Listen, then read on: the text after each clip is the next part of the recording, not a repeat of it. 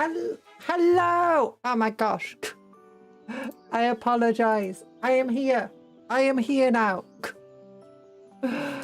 Oh gosh, I'm falling behind just a tiny little bit. A tiny little bit. Partly because VTS Pog was like, why can't I hear any music? There we go. Dang, your avatar is fierce. Whose avatar is fierce? But I need to say hello to people. Hi iOS, hi Anthony Wustydale, hi TA, hi Clemoniac, and hi Empress Right Ball. How you all doing? Hello, yahoo! Oh my gosh, it's a news. I have no idea what we're doing in today's stream still. My indecisive nature has still been extremely indecisive. Oh goodness, I apologize. I'm actually still getting ready even while I'm talking to you guys. There we go. I got chat coming up on my phone and I need it on this screen. I also need to respond. Okay, yeah, that's fine. That's fine. What? Just give me a 100. Give me a 100. There we go. Cupcake Creations, yeah, posted there. Nice. Everything's opened. Well, you can't decide it, but maybe you should poll for options. Poll for options? But what even should I put in the options? That's the question. Goku War Dog, hello, Nuzzle Cupcake. But hello, Goku War Dog. You're Sailor Moon. iOS is Sailor Moon. Oh, you're 1 minute late. I am. I'm 2 minutes late to my usual when I put my starting soon up. I usually give like 6 minutes before stream, but I was struggling getting VTS Pog working, which is the thing that makes Cuptle speak. I had to like restart it twice. Oh, what should we have for poll? One of the things I'm thinking about is maybe we should do like a RimWorld stream where we just look at different mods and stuff and figure out what we want to do on this Saturday stream for RimWorld. Because I've been given 3 suggestions at the moment.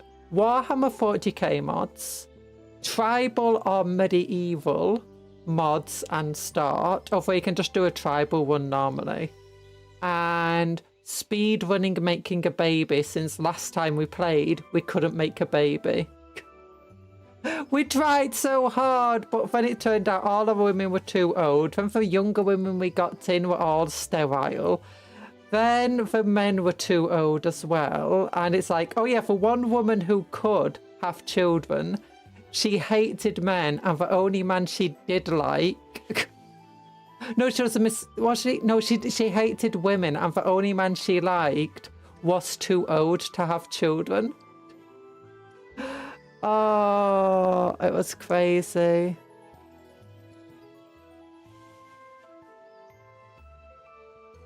I can't. Yeah. Also, other thoughts I had is maybe just more Mechanicus.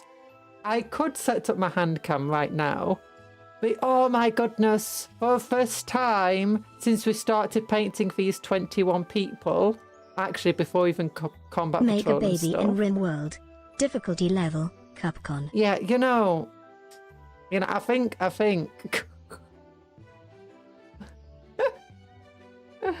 Oh goodness. I was just about, oh, that was a strong. I don't even know if I'm allowed to say that joke.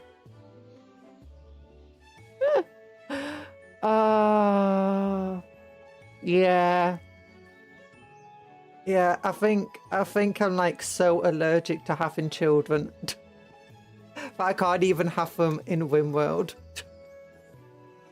Paint your Titan. Well, I'm not going to paint... I don't think I can paint it on stream. Because when we made the Titan, we're using... Paint your Titan, Cupcon. No! Actually, I do want to. No, my next big project is literally just magnetizing my Tyranids that I currently put into a storage boxy thing. Do you know, one of those carry cases with metal trays on so you can magnetize? Yeah, I need to magnetize all my Tyranids. That's like my next big project.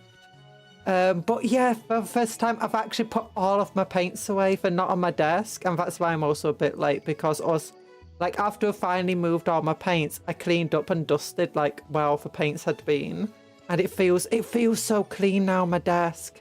Even though it's still covered in Warhammer stuff. Now, my next big painting project on stream is probably going to be the Necrons. Once the dwarves are finished, I'm planning on painting some of the orcs and some of the dwarves. Like, just some of the really important ones still for Old World. So for bigger and cooler models. Yeah, but that's going to be a member stream. And I think the Necrons are probably going to be because the Necrons are meant to be easier to paint, and I have a few cool ideas for how I want to paint them.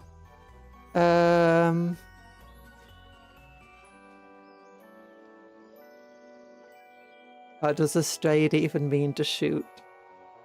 Should I get into Legion Imperialis after my Istefan 5 massacre? It'll probably be easier to do like a full-scale version of Istefan 5 in Imperialis than, you know, in actual Horus Heresy miniatures. Oh gosh. But yeah, wait a minute. I've got to get myself a cola. Oh, there we go. Got myself a can of cola. Can of cola. Ooh, good thing that happened today to me. My mother made a cottage pie for me. Because my parents keep having cottage pies recently, doing like store-bought ones. I'm like, oh, this smells so good. I loved store-bought cottage pies, like from M&S and stuff. Oh no, my cola's fizzing over. No.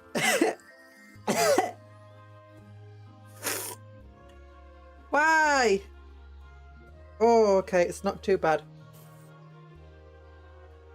I saved it. I saved as much cola as I could. You want to say thank you from the bottom of your heart for all the wonderful videos and streams. Thank you. Thank you. Big hugs back to you. I hope you're having a wonderful day. Yeah, sometimes when you put a straw in a can of cola, it foams up. I'm doing 5 in Heresy scale. I'll do for Battle of Better. Oh. Wait, I was going to spray some models, but windy. Thankfully, I don't really have to worry about the weather too much because I've got a garage. So, yeah, as long as my mother's car's not parked in the garage. Last time I sprayed models, my mother almost ran them over though. I had to be like, no, don't go into the garage. I had to run out and save them. Like, no, I've got models drying in there. I did try to tell her before. The Battle of Beta Garmin. Yay, Titan Death. No! Not Titan Death. Oh, but what else was there? Oh yeah, they keep having these cottage pies, right? And I keep wanting one. But obviously they're full of onion and garlic and stuff like that, and I can't have that. And if I ask my mother to make a cottage pie, it will often be this massively oversized thing. Do you know, like for a family of 12, that will last them a week. Like, do you know those really, really big baking trays, effectively? Not baking trays. Those big baking pots, like slow cooker pots kind of thing. She basically fills one of them with cottage pie. It's like, that's way too much. Partly because that much potato as well, mashed potato, does not microwave easily. The thing is, then you'll have to microwave a mashed potato, but the mashed potato takes like 10 minutes to get warm. And the rest of the food will burn after like a minute and a half. A tiny, insignificant puff pastry. Just a reminder, stay dehydrated. Hydration makes you soggy. Or is that just me? No, stay hydrated. We don't worry about soggy bottoms here. Hi, Seradrin. Hi, Fridge Puff. How you both doing? We still got the Newt Sphere there because I worked too hard on that, and partly because I didn't have time to change it. Oh, I'm being productive though. Guys, you know how productive I am. Oh, what did I do? Oh yeah, I finished painting my models. I finished painting them. You know those 21 dudes who've been painting for like 4 to 5 months now? Yeah, we're finished. All that needs is basing, and we'll do that tomorrow. And while we're basing them, we'll name them together.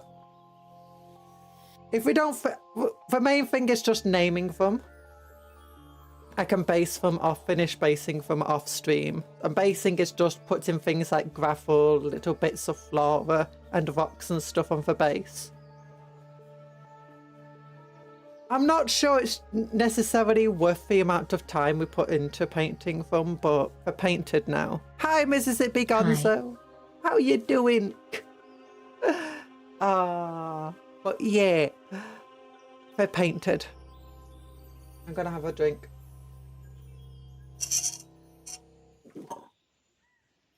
Yeah. What else is there?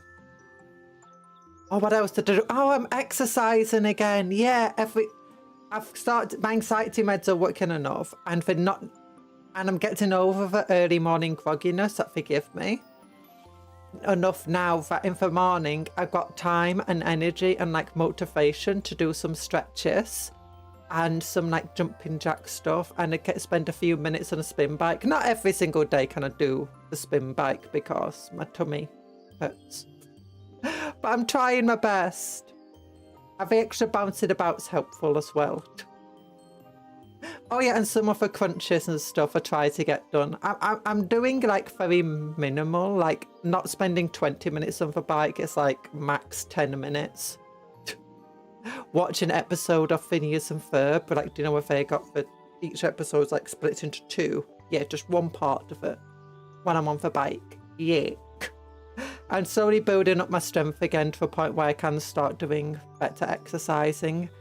I'm also I'm at doctor's appointment this Thursday. Doctor's appointment this Thursday. Yeah, we're gonna like figure out about the meds and stuff and see what else we can do. So yahoo, Calapesh. Oh, you could also get into Titanicus, although if you do, definitely magnetize the weapons. Oh. No, don't magnetize the weapons. Just have a Titan with every single, weapon configuration. That's what I do with my vehicles. I'm at work, so you gotta go. Bye-bye, Sarah Dwyn. Thanks for being here. But what are we doing? Still don't know what we're gonna do today. I'm just happy. I'm just feeling happy that I've been productive and I've got stuff done. Like I vacuumed and I dusted. Oh, I also changed that Blade Guard veteran we built. I decided to remove his arm and remove his head and replace it. So he's now a Crusader Ancient instead of a Blade Guard Ancient. Because I was looking at the stats and stuff. I was like, the Blade Guard Ancient kind of is pointless.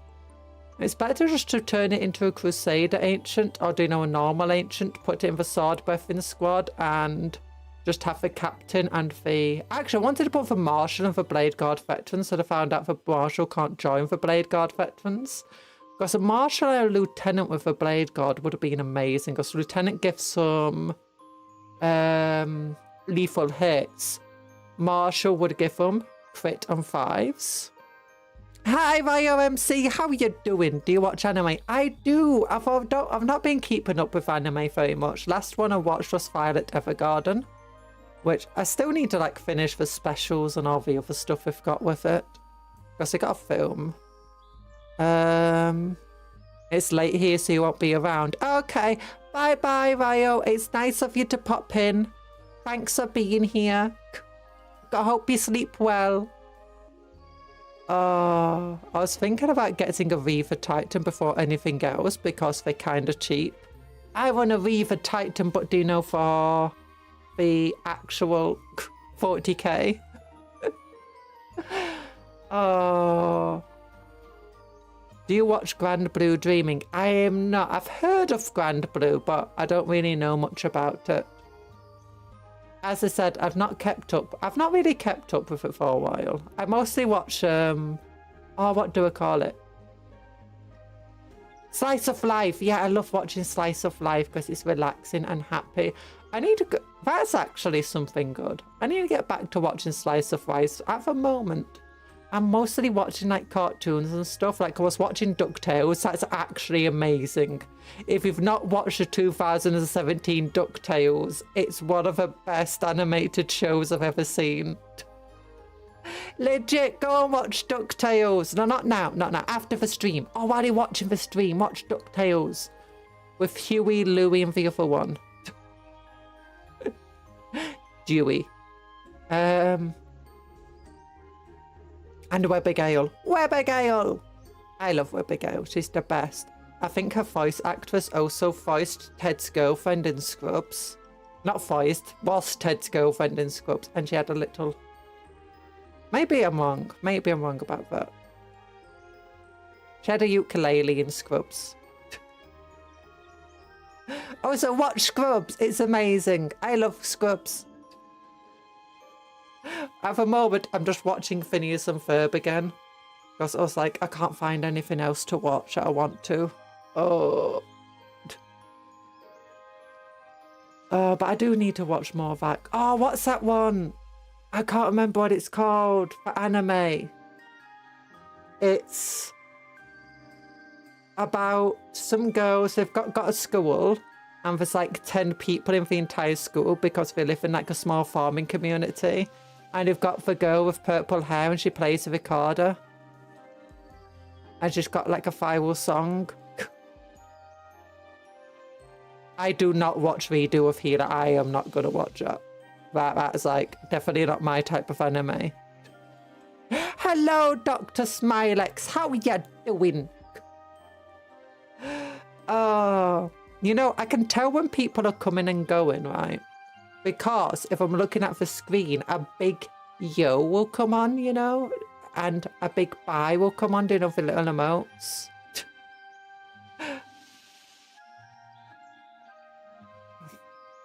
Welp, you heard the lady. Go on, get out of here.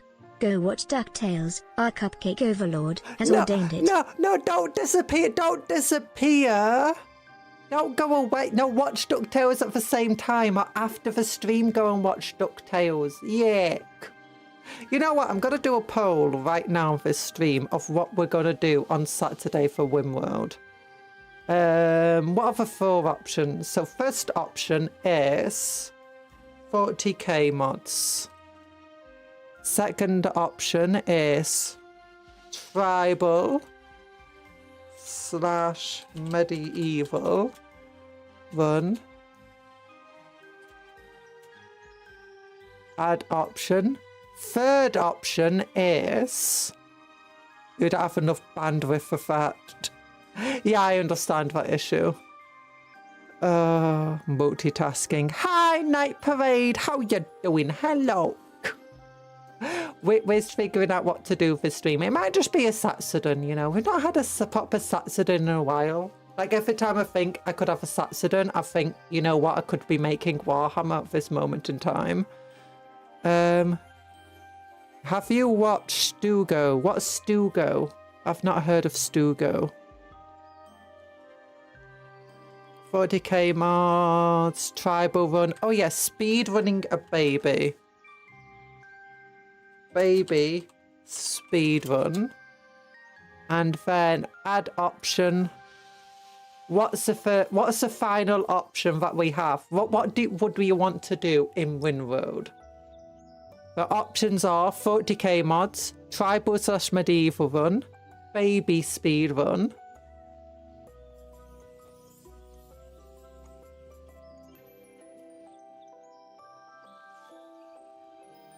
Rimworld, baby % speedrun. Oh gosh, I almost knocked over my cola. But yeah, Cupcon, do you want to know something? Yeah, I want to know everything in the... No, actually, I don't want to know everything in the universe. For some things, I'm better off not knowing.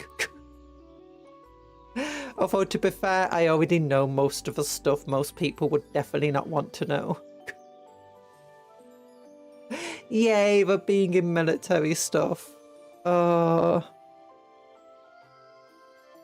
Boom! Explosions! I put cola into a demon. No! Save a anything but for cola. Why? No, no. No, I mean, okay, maybe if a demon wants to drink some cola. I'm not going to stop a demon drinking cola if that's a good thing, you know. Okay, we've got... I'm making a poll here. What other thing can we do in RimWorld? What's something... I mean, even if you don't know RimWorld, just like come up with an idea because you can probably do it in RimWorld, or there's probably a mod for it.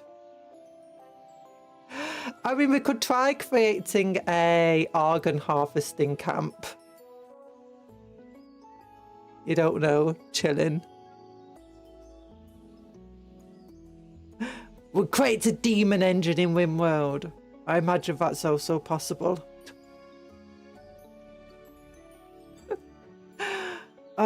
Summon demon spin need one. Wait. Can we actually summon demons in RimWorld? I know there's like demon characters you can have. Medieval RimWorld. You know, I split them with tribal and medieval because tribal is something you can do. There we go. Medieval one. There we go. What should we do in RimWorld on Saturday?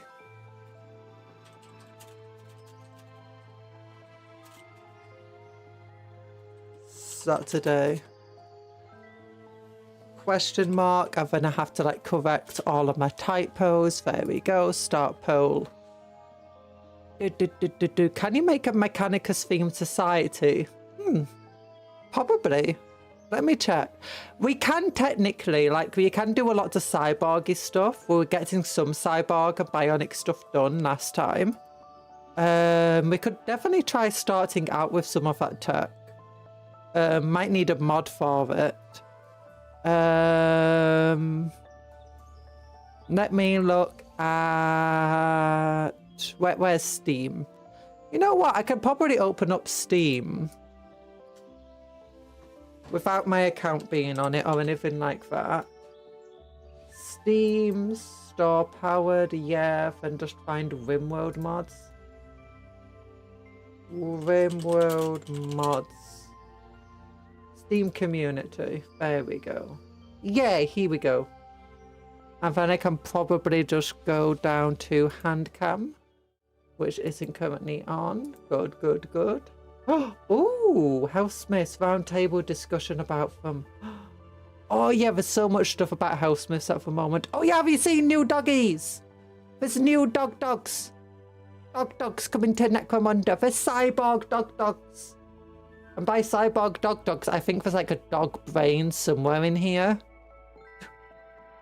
Oh, yeah. But also RimWorld. Okay, I'll type in Mechanicus.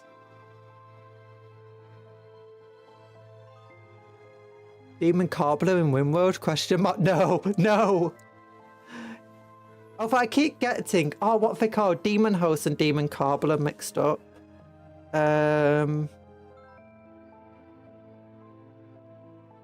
Yeah, so if there's Adeptus Mechanicus right here, there's definitely a lot of different mods. These two are the highest rated one. You know, I should probably do it by past 3 months. That's the most popular one. It's got no ratings. Oh, no, I presented the wrong one. Demon Engine. Oh, no. Pretty sure Wolfenstein has the exact same doggos. Wouldn't be surprising. Games Workshop on Warhammer likes using other stuff. What's this? Major Xenobiologist? Oh. Wait, why is it demons? No, not demons. Orcs, no. No. Necrons, yeah, 2 minutes. Oh, there's a monolith. Oh, that's the old version of a monolith right there.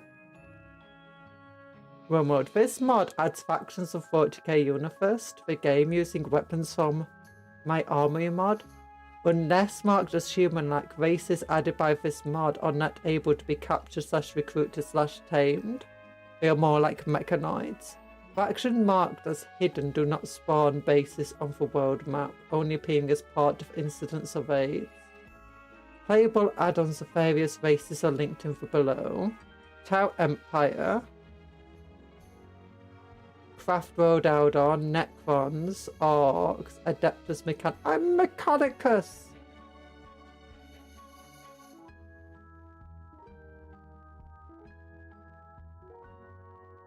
Playable Archoids, playable Tau, playable Eldar.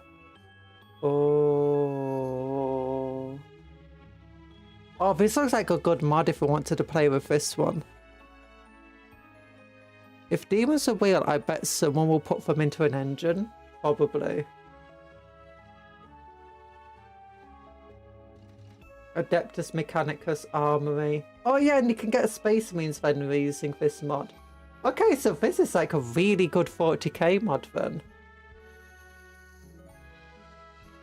Ooh. Yeah. That seems amazing. Let's look. Tribal. We could look up tribal mods. By 3 months. Tribal apparel. Naked graph ship. Gravy ships! Gravy ships! The gravy boat's coming in. Ah, industrial tribal medicine.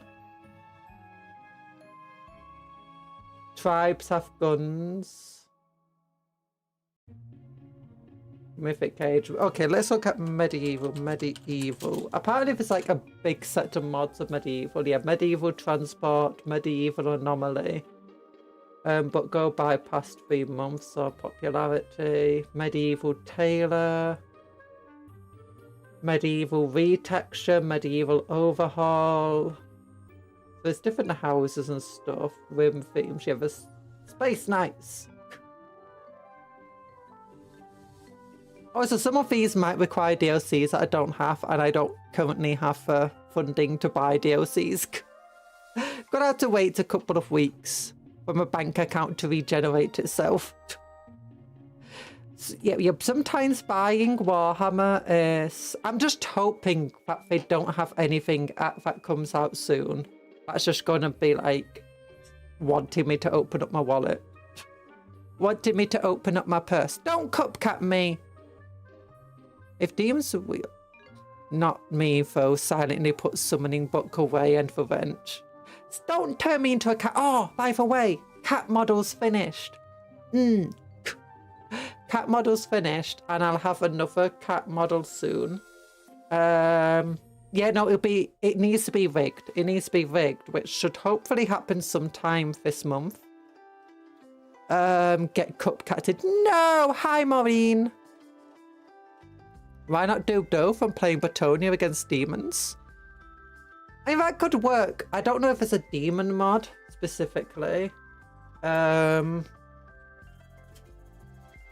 mean, if it's a tie, we can definitely do both. Let's look how we're doing at the moment. We got 8 votes, 38% for 40k mods, 38% for tribal one, and 25% for medieval one. No one wants to do a baby speed run. We could try doing all of them in one run, you know. Put 40k mods in and start as a tribe, work our way to medieval tech and fight against the coming demons and space marines and everything else. While trying to speed run for our baby. We'll play as the Norskans trying to become Bretonians.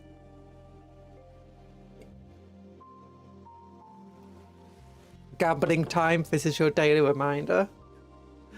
Yeah, okay, you can just add demonettes by themselves, that's nice. And what's that? Yeah, we got Inquisition as well. I really kind of want to make an Inquisition army to some extent. What else is there? Oh yeah, what is coming next week? I forgot. That stuff, this stuff. That's a pretty cool spearhead though. Oh, makes me want to make I can't make any new armies until all of the ones I've got now are finished. That's such cool armor though. Oh, I love it. That's less cool. They're extremely cool. Oh, apparently they come with flying stands as well. You can replace the scenic bases with flying stands. Oh yeah, Space Wolves. Old metal for spawn models. Cat. Cat.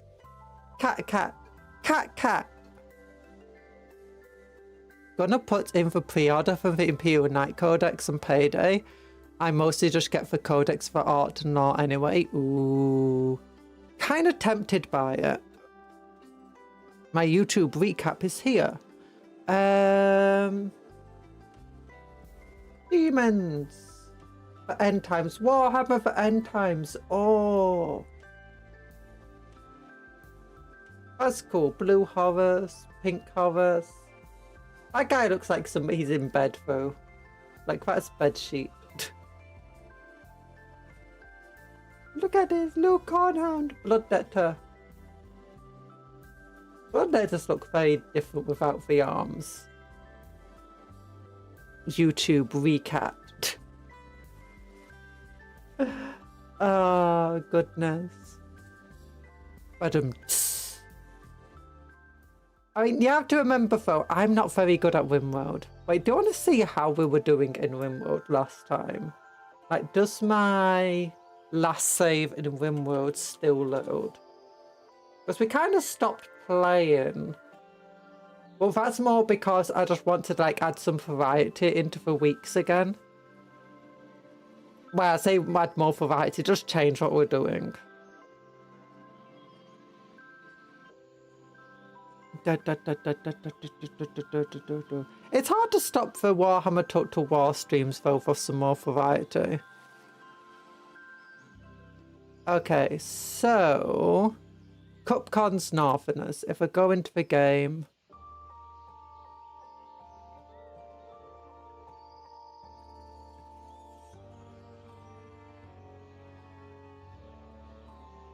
okay, the game's restarting because it just has to basically. I've not played it since the update. Don't mind me just gambling your sanity away. Oh yeah, I had an issue with just having way too many ducks at one point, didn't I? I had like just an infinite amount of ducks. At least it meant we didn't have an issue with food, but... Okay, let's see if this loads properly. I'm back, hi! Okay, then I go to Game Boss. I turn off the background playlist. I go down to game capture and change it to RimWorld.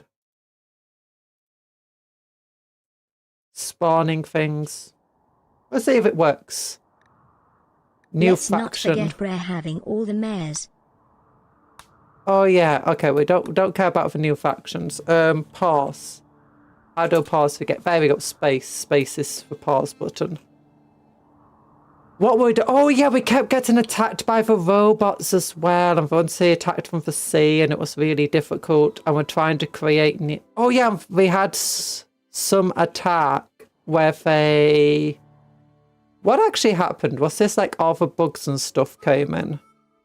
I don't know.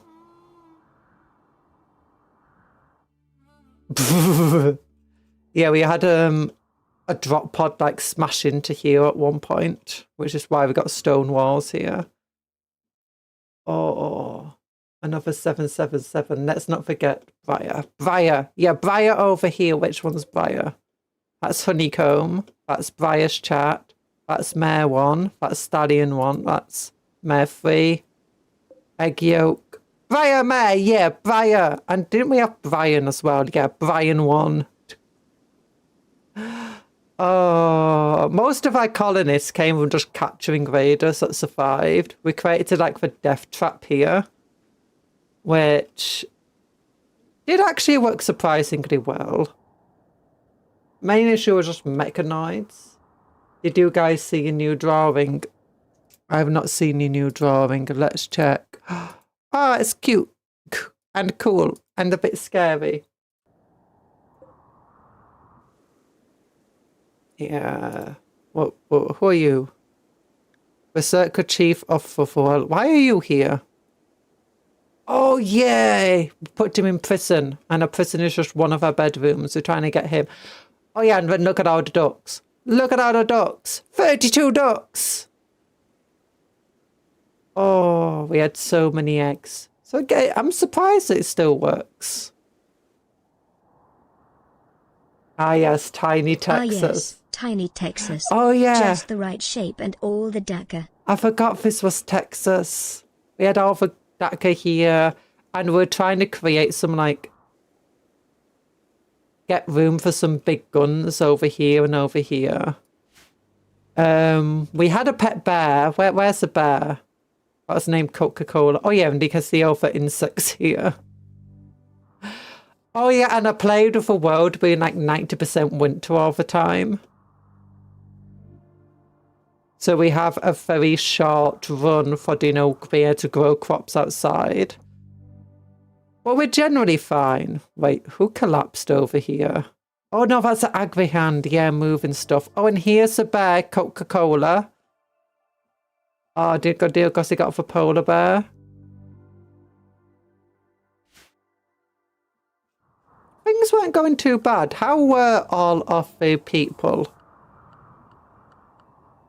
How do I look? Work. The engineer is... What's wrong with her? Health.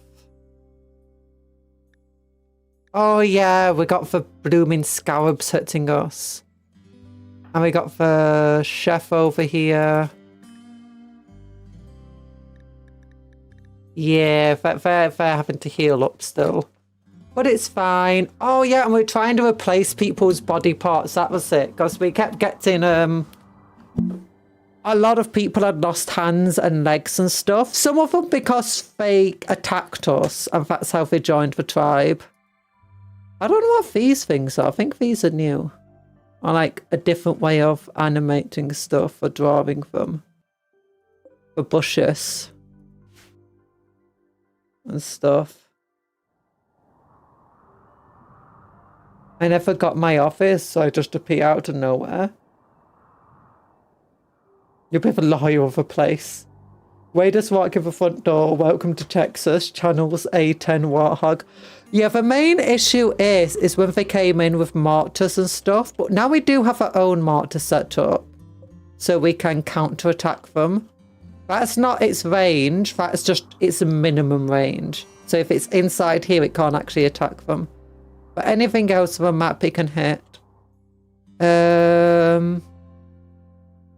these guys also prisoners? Yeah. We're separating them bit by bit. And trying to get them to join us. There's our battery area. There's our wind farm and our solar farm. Oh yeah, and we finally got pods so we could launch away off toxic waste we had been producing. As you see, we got plenty of meat. It's mainly vegetation that we struggled with. But we got plenty of meals in.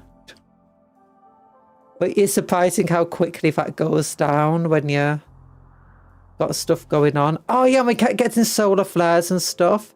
This is where we're doing a deep drill to get hold of plasteel for bio arguments and stuff. We have an issue with predators and so on.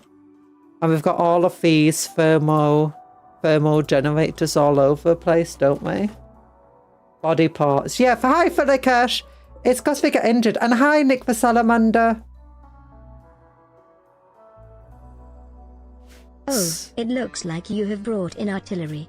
Would you like to hear about our Lord and Savior, Counter Battery? Yes. Okay, here we go. If you look at each of the characters, some of them like have health conditions, like left leg, old gunshot wound. So we want to replace his left leg so that he can move better. Sarai here is, all of these things should heal up. But as you can see, she's got a destroyed second toe. So that needs maybe replace her foot. But I don't think her toe is too important to have to change. Bevo over here has a bionic heart and showed, I think he came with a bionic heart. This guy's got a scar on his leg, and you can see it aches sometimes and it hurts some, but if we replace it with a bionic one, that'll be good. He came in injured already. She came in... No, Worm didn't come. No, yeah, Worm came in with like health conditions, like she had asthma and stuff. We replaced one lung with a lung we harvested from somebody. And we replaced her other lung with a bionic one. We can't, unfortunately, change any of these torso parts. And replaced an eye. We gave her a spare pain stopper so her scar stops aching. Toxic waste sandwiched. What? Chef has a bionic. He doesn't like bionics and stuff, so... But we still had to replace some of his stuff because he's very old now. I think he's like 8 to 1, yeah. Happy has a cut on his torso. His left fortoe was cut off, or her left fortoe. So we don't need to replace that one because it doesn't actually reduce her efficiency, I believe. No, it does reduce her efficiency by 4% for moving speed. And same with this guy, he's lost his... Well, I think if that movement speed's being lowered by other stuff as well. Yeah, Power Claw. Hers is being affected by her left fourth toe. I wish we could just replace toes and stuff easier. Actually, I think I might have added a mod for that. Like, I think I can put like an operation to...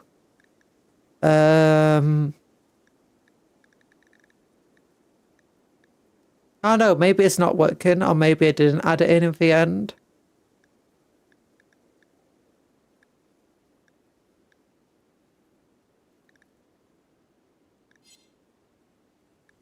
Yeah, it doesn't look like it. I did.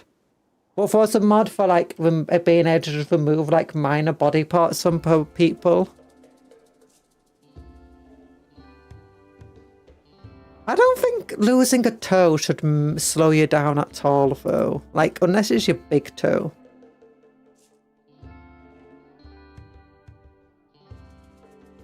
Oh, but yeek. But the colony's not too injured. If I have a good time, we've got beer production. That's going relatively well over here. We have Psychite tea, which we have to be careful, but the Psychite tea makes people happy. But again, it's an addictive substance that's bad for people. We got plenty of weapons and fighters. The main thing is like the psychological health of them because they keep witnessing dead bodies.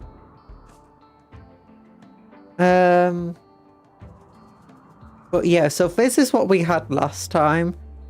I think the reason we stopped playing really in the end is because there just wasn't really any proper go for us anymore. Like, I could do a go to do like leave a planet, but I actually already have all the stuff for that. I just need to build it. I can build a spaceship right now because like I can build the drop pods and stuff. I wanted to get a kid, but all of them are just too old. She's 53. She's young enough to have a child, but she just doesn't like any other men. And she's currently married to Chef, who's 81, so he can't have children. Worm is sterile, I believe. Or is it Sam who's sterile? Well, either way, Worm's 55, Sam's 49.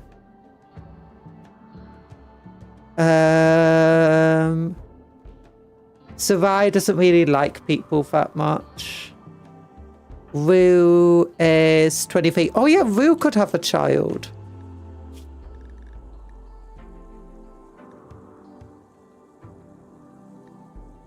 Wait, who? Husband. Oh, and she's married to Grey. Hello. Yeah, if they could have a child. Why aren't they having a... Oh yeah, but for some reason they've just not had a child yet. It's like, why not? Don't worry, Cupcon. I know a place for corpses. Entirely not different from normal base location in Subnautica, North Mushroom Forest, Border of a Bulb, and Crash Zones. Ooh. Neighbours are all either loud, mean, or both. One is even a Reaper. Ooh. When I played Subnautica for first time properly, it was still in the development phase. And it wasn't on a super powerful computer. Actually, for the time, it wasn't too bad. It was a full gaming computer because I had it by then. But I remember trying to set up a base in the very deep new lava zone. It was just before the lava zone. And I had everything set up correctly. And I even had these thing. Oh, there's a plant that attacks things that come too close. And I made some armor and stuff that meant I couldn't get damaged by the plant. Oh wait, there's even something to stop the plant from attacking you. Sorry, drinking some cola. Oh gosh, popping must have been awful. Yeah, but it was very difficult at that time because every so often they'll do an update that would just break your game and you'd have to restart the game completely. But I was playing in the later end, so that wasn't as much of a problem. But the issue was there's still stability concerns, and especially down in the bottom of the deep ends and underground. And building a base there, it crashed the game, unfortunately, to a point where it completely corrupted my saves. So, well, that's a bit sad. I mean, it wasn't too bad because I basically finished the game by then. Or just basically showing my domination over the world by building a base in the worst part.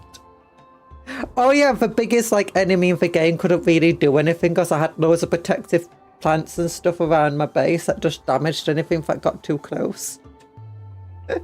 And I built an aquarium down there. I think that was back when they still had the dig the ground out from under you.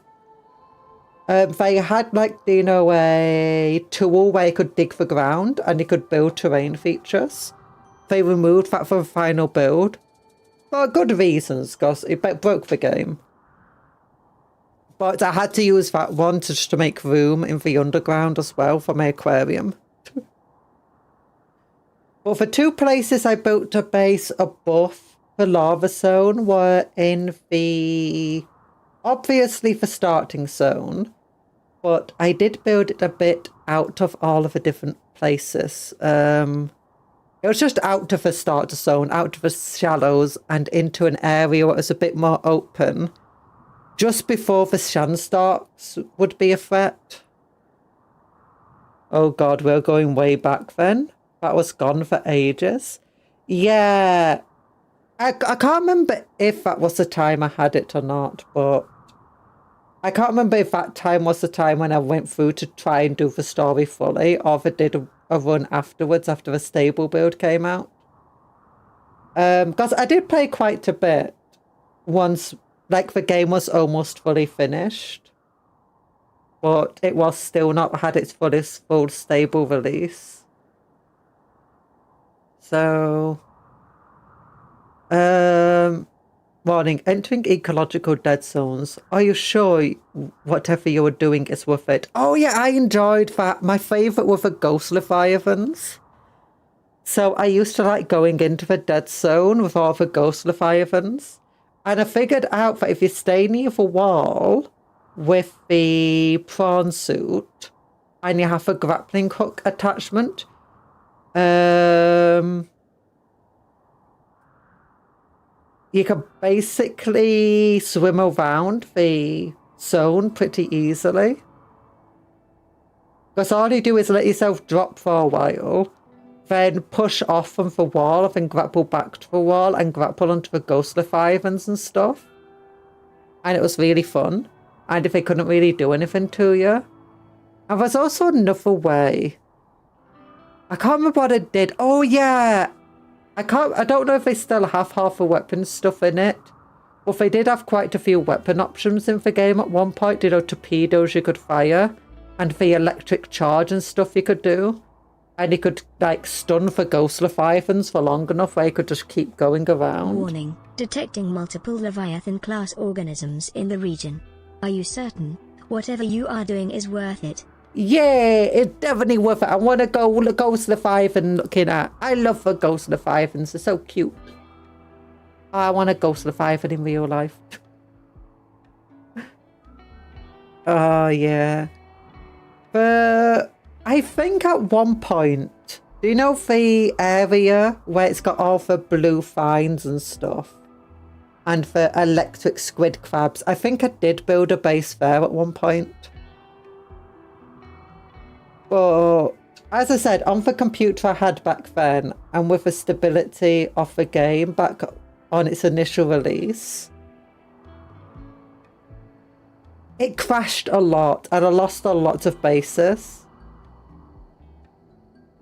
And like the save files were prone to get corrupted. And it had the same issue Minecraft did, where the more you explore, the more you build, and the more you play, and the more saves that get made, the worse the game runs.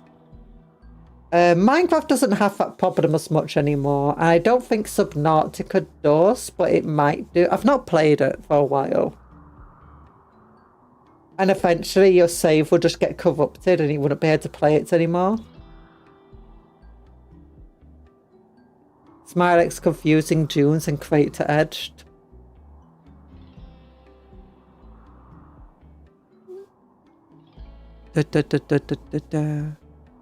Alright, Subnautica 2 was announced to come. I'd kind of want to play for Frozen one, or whatever it's called, because that looks good. I've seen bits of it, do you know, if they did for first release, but I chose not to play it because putting so many hours into the game where it just keeps crashing on you, I eventually got kind of upset at it. It does have a way of souring your love of a game. Hello, Bunny, how you doing? Below Zero is good. If it came out first, it would have been better. Ow, thank you. Yeah. I do know some stuff about it because I think I watched was it Jacksepticeye, Mark, or somebody else? One of some YouTuber watched play some of it. But I just chose not to play it because, you know, it was still in its unstable release, its early access. I was like, yeah, I'm not going to play that. I'll wait. I've just never got around to playing it. Subnautica 2 has some issues and controversies around it, do you know, with some lawsuits going on. Where the original game developers are being sued by the company by the production, basically for not working on the game or something stupid like that. Which is not the first time that's actually happened with an indie game that got to good release, got taken up by a production company, and then the developers just never really worked on the second game and just took the money and tried running off with it. But equally would have been the first time a production company ended up taking over a game project and basically completely screwing over the original developers. So I have no idea what's going on there. Not production company. What are they called? Not production. It begins with a P though. Producer. Doing good, lying down, chilling, eating, and watching cute cupcake lady playing Rimworld. We're actually not playing, I'm just showing off the world from last time. Oh yeah, whenever I showed off a game on, you know, the thing, on the Rimworld Reddit for like, why do you have so much indoor farms? It's like, because the season isn't long enough to grow actual food in it, or at least very much food. We need this many indoor farms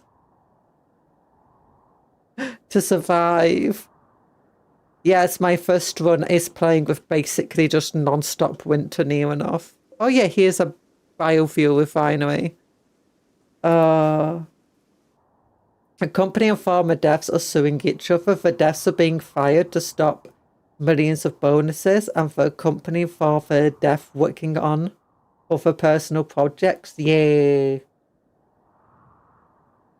It's one of those things that I don't know enough to be able to talk about it, and no amount of reading articles will allow me to know enough about it, because to know enough about it would require me basically to be involved in the project. At this moment, it's just two words against one another.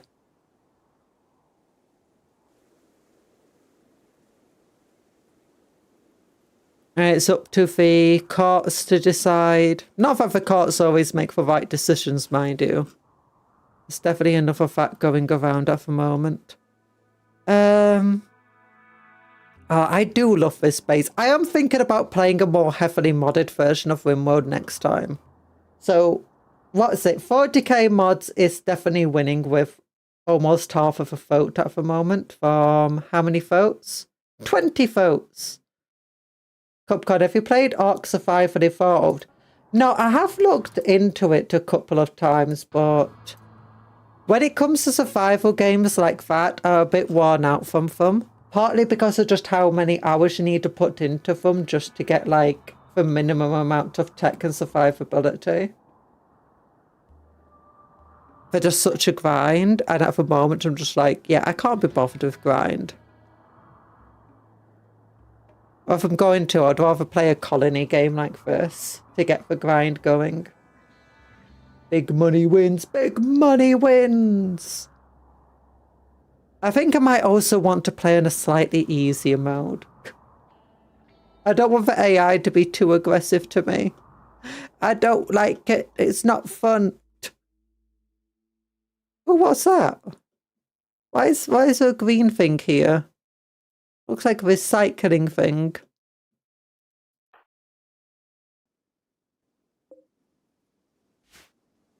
Spacebook says bad, but frick it, we balling. Hi, K-Trax. Spacebook says bad. Not enough indoor farm if you ask me. Yuck. We need more. Actually, we don't have the energy for more. Like, if we look at our network energy at the moment, we have... Oh, no, we do have a grid excess of 10,000. Oh, but the issue is...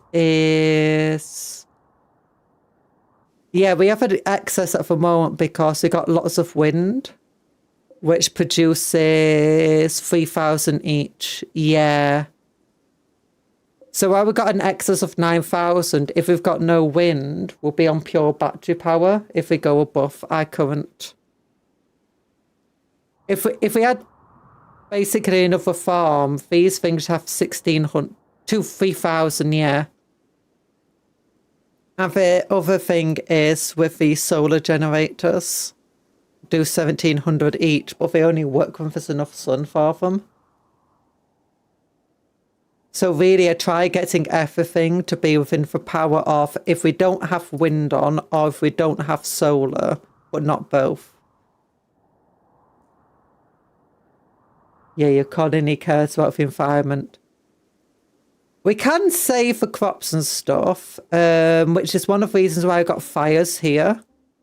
So whenever we get into an issue, I actually do have backup stuff here, but it's just so that we don't have to burn wood or other fuels. These are backup generators effectively if like we end up in an issue where our solar power goes down and we don't have enough wind, we can just put them on. But with them, we need wood to fuel them, and we can't grow wood inside, and we can't really grow wood outside very well either. So getting enough wood to keep them running, or getting enough biofuel even to keep some generators running, isn't really viable. Like if we grew foods here, turned it into biofuel here, and then used it to fuel a generator to keep everything running, our indoor farms would have to basically be dedicated to biofuel to keep fueling the indoor farm itself. So we actually have to be economic here and environmentally friendly because we just can't otherwise fuel ourselves.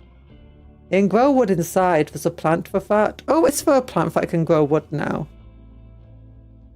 Either way, we'd still have to dedicate too much of our indoor farms to fuels that, you know, it would be pointless having an indoor farm because the indoor farms need for energy, and for energy is only coming from the resources. It's not efficient, as far as I'm aware. Forgot what you were doing. But yeah, I think maybe playing on like 40k mods or whatever, going a bit more overpowered, might be fun. Because at the moment, I feel like at one point I was feeling like, yeah, we're in a really good point. But then when the enemies come in, they're just so powerful now. These guns aren't enough. The colonists are barely enough. If they attack from the ocean and with drop pods and stuff, it's not fun. And sometimes they attack in a siege and they don't care about, you know, this area. They'll just attack straight through a wall. Because at one point, yeah, you can see this has proper wall here now. It used to just be stone. But that's because the enemy just ploughed in through here. And this was off stream when I was just doing a few tasks.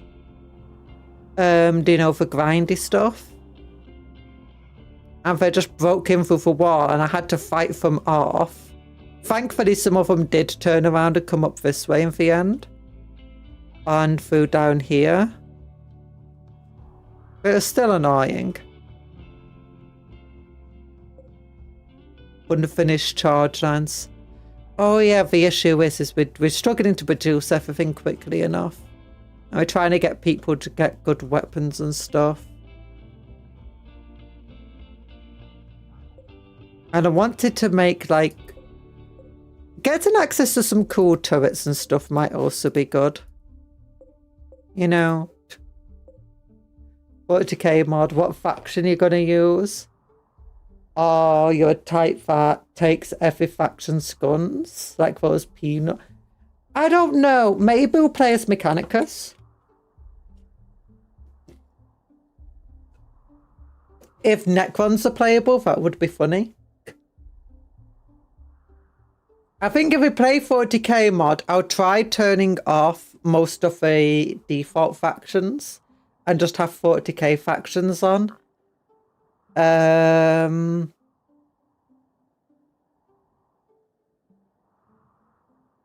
I don't know. Would also be funny to play as Space Marines, like a Space Marine drop pod crashes on the planet.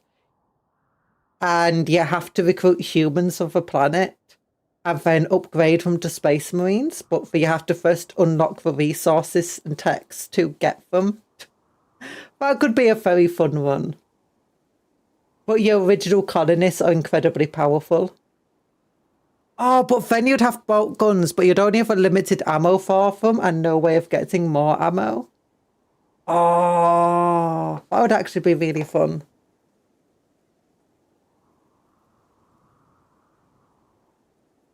So the early game, you're just punching your enemies down. Bam, bam, bam, ba-dam, ba-dam. Better idea, Dark Mech. You get the cool stuff, the corrupt morals, and the spicy demon fuel. Who says you can't already get that? Oh yeah, these red areas are basically where it's polluted. Mostly because of crashed ships. We have tried cleaning out some of them, and there's some plants you can get to clean out pollution. This is an area where we, what is it called? Basically mined the entire cliffside out, the entire mountain. This is our toxic fuel dump. Oh yeah, here's our mortar ammo. Our artillery. I remember one gene seed mod. I only remember it because the creator is very, very rude person. So rude that others made another gene sod mod out of polite spite. Yeah, that's the issue sometimes with mods and sometimes games in general when someone's a jerk. Oh, it was a fun game though. Oh yeah, we had just so many areas where we had stuff like we got jade here, steel here, steel there, silver here, steel underground here. Underground is uranium there. Steel, uranium, plasteel, steel, steel, steel. At first it took us forever to find any steel, but then everything was just steel that we found. Steel, steel. I think that's jade again, yeah, jade. Steel. What's that blue thing? Ooh, warg. Steel there. Yeah, see, this was like the first one and we had to build something all the way over here. But then eventually we got steel over here, which is why that place is uncovered.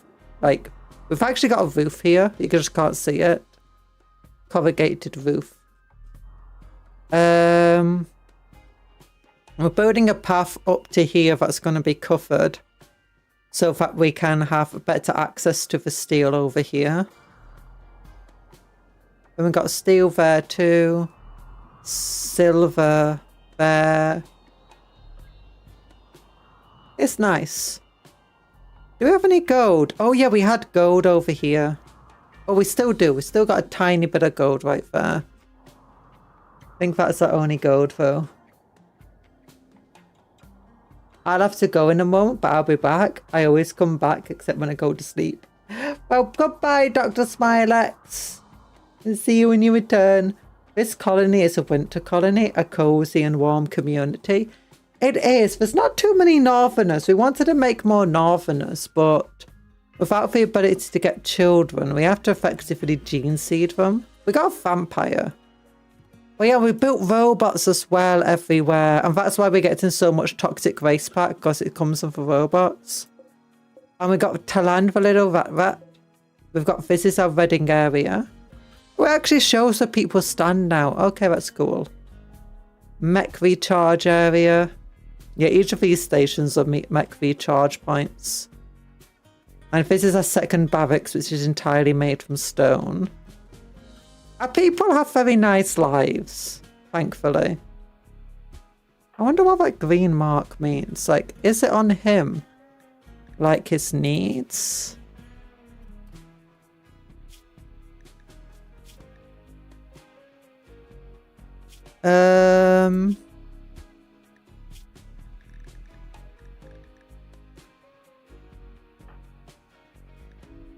No. Yeah. But it was going rather well. But one thing I do wish about this game is that it had a bit more of a hands-off approach to it. Where if you just left the colony alone for a little bit, it would take care of itself. Maybe the recent updates have done that. I've not actually looked at any of what the updates do for the base game. Since we last played. Now I'll be back. Bye bye, Dr. Smilex.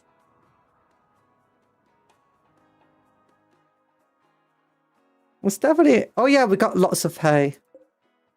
We can see our sources here. 3,500 hay, that's good. We were going really down on hay at one point, so I ended up having to get more hay. We got 449 meals. Oh my goodness. 99 survival meals, 320 fine meals, 10 vegetarian fine meals, and 20 simple meals. Kept in a big old walk-in freezer. Then for food, we got 976 meat. Oh yeah, that's it. We're running out of veg because we use our veg in for biofuel too. 217 animal products. Most of that's insect jelly, which we're keeping around for food for children. 152, 24 mort shells, 28 components, 5 advanced components, 95 chem fuel, which needs to be turned to biofuel.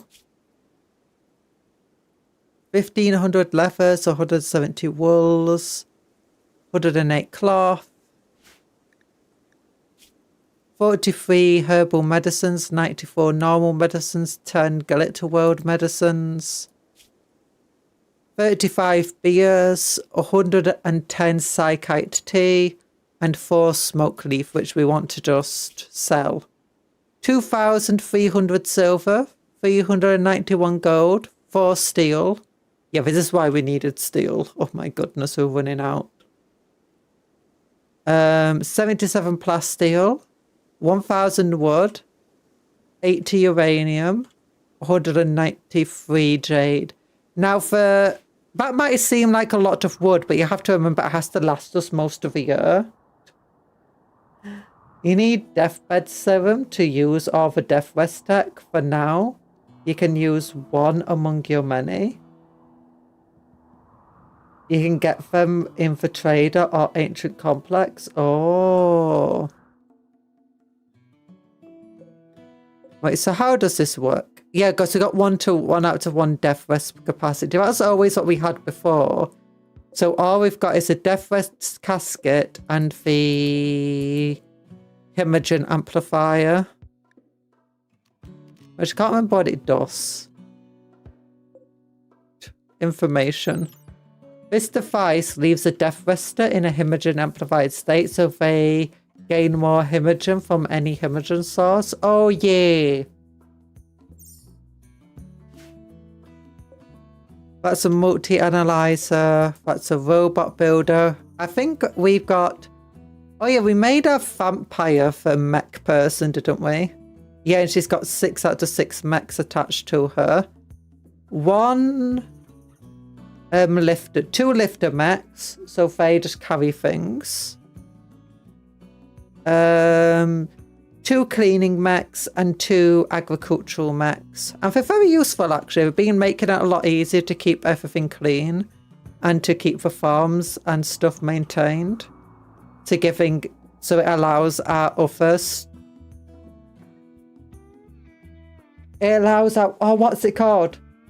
Our pawns to focus more on things like cooking, cleaning, eating, hobbying, getting things made that needs to be made, like weapons and art pieces. Oh yeah. Because so while we're really struggling to keep up with all of the demand on the faction. Himogen packs are good for trading product. 2 pawns enough to give you more than enough Himogen packs. Yeah. Oh yeah, I think these were 2 pawns, weren't they? Social... What is it? Prisoner. Oh yeah, unwavering loyalty, so we blood feed and Himogen farm them. Yeah, because they're unwaveringly loyal. And I think, yeah, one of them's got a peg leg. The other's got... Oh yeah, we took his right lung and gave it to Worm. So she helped cure her asthma. And they've got a peg leg as well. I might look for a mod that allows us to take different body parts so we can fix up our guys. I also want a mod that basically allows us to fully cure issues on doing like the torso and stuff. You know what? Maybe we should look for that mod. Quit to operating system. Confirm. Yeah. We'll look for that mod. What do you think the mod would be named? But don't forget to like the stream. Every like of this stream is another pawn that has its lungs removed. Wimworld mods. Yeah. And then I just do this. Oh, that's what I want to check as well. I want to check if we've got the... No, we don't have it yet. The new kill teams. Rules of 40k. Boss hand cam. Yeah. Okay, okay. What would it be called? Harvest any body part Harvest and haul.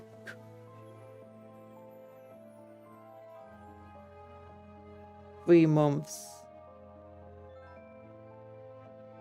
Yeah, I don't think this is what we meant by harvest body parts.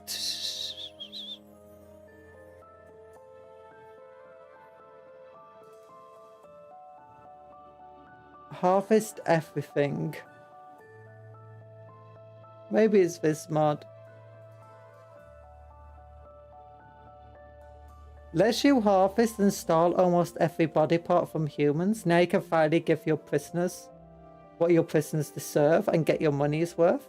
You can now harvest parts added: stomach, spine, eye, ear, brain, nose, jaw, arm, hand, leg, foot. Yeah, we could harvest the legs and foot so we can replace the lost toes and some of our characters. Ice cream witch mod, please. Okay. Ice cream witch.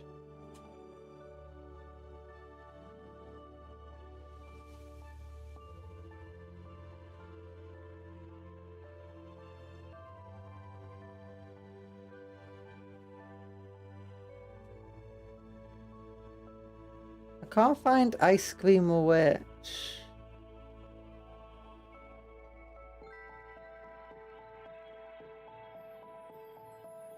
Mint cho. Okay. Mint cho.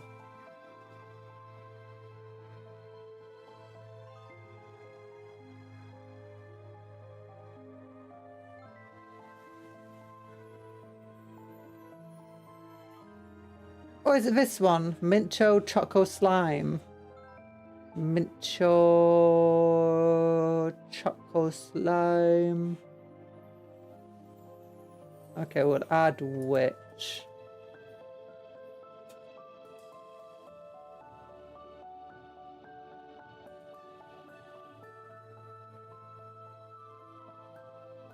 Three months.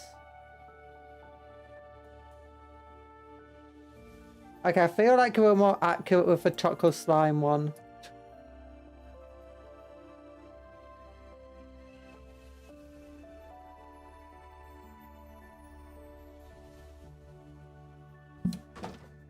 Oh, it's Mincho, not Mint.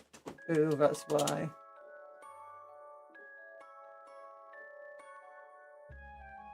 Mincho Witch. Is it that one? They got pets and special blocks. Oh. Funny witch frog. What? Why is the 40k one here?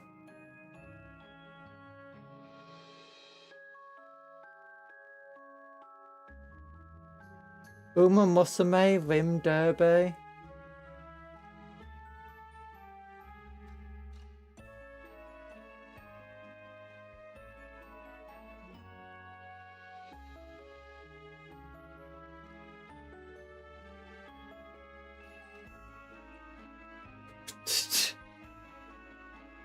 For Harem's what?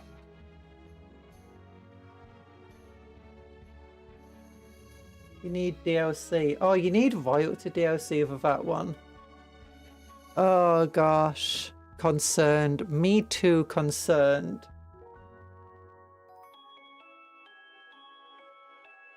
But okay, there's a lot of 40k mods. I'll have to look into them. You say, I'm not Stinky Bob. Oh, so hi, Bob. You big old meanie. Halo UNSC. There's Halo mods. Ah. Heyo, what the witch doing? What the witch doing? I know you have to be careful sometimes looking at these mods. There's Warhammer Fantasy. Okay, let's put Warhammer Fantasy.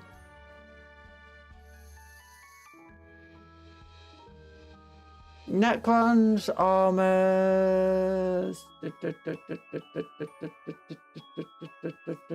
This Dryad mod. Orcs.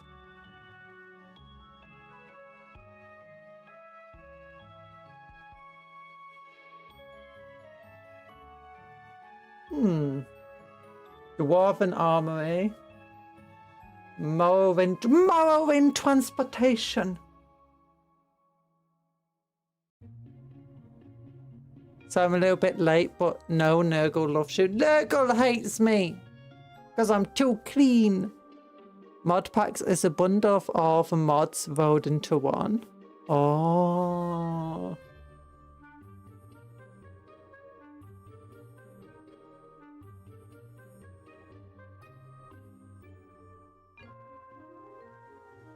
Imperial Tech.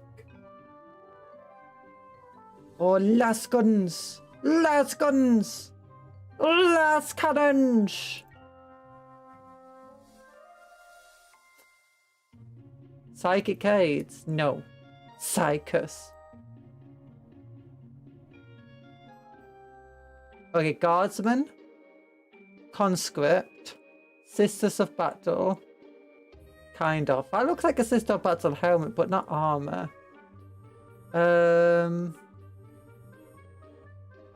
Solar Auxilia? Tempestus Scion?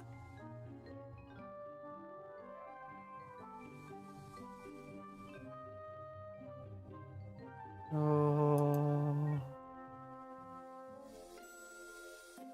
40k bolt gun. 40k Tyranids.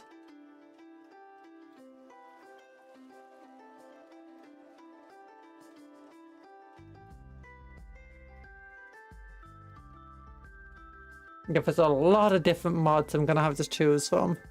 My favourite is the Mayo race. They fish cattle ladies, and there's also Pokemon mob. Never! I think we'll focus on just like one type of mod. Or like one style. I think Harvest anything is gonna be good. Let me check my Steam. I can't actually show you my Steam. Because, you know, it doesn't allow it. I can check what mods I've got for RimWorld there. RimWorld, RimWorld, RimWorld, RimWorld, RimWorld, RimWorld, RimWorld, RimWorld, RimWorld, do. There it is. Workshop. Oh, that's probably why we couldn't harvest that guy's leg, because he wasn't in half sets of the harvest. But let me check my subscribed items. What do I have? I have Raid and Event Manager.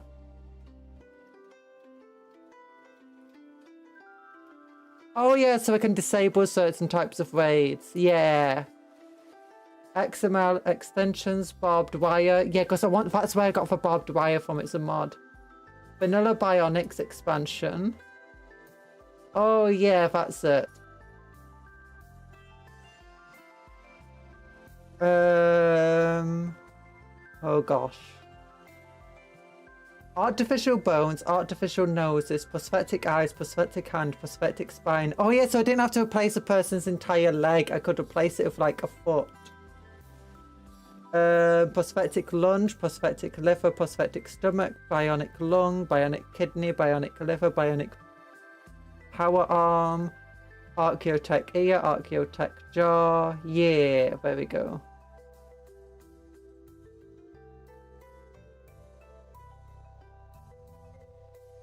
Yeah.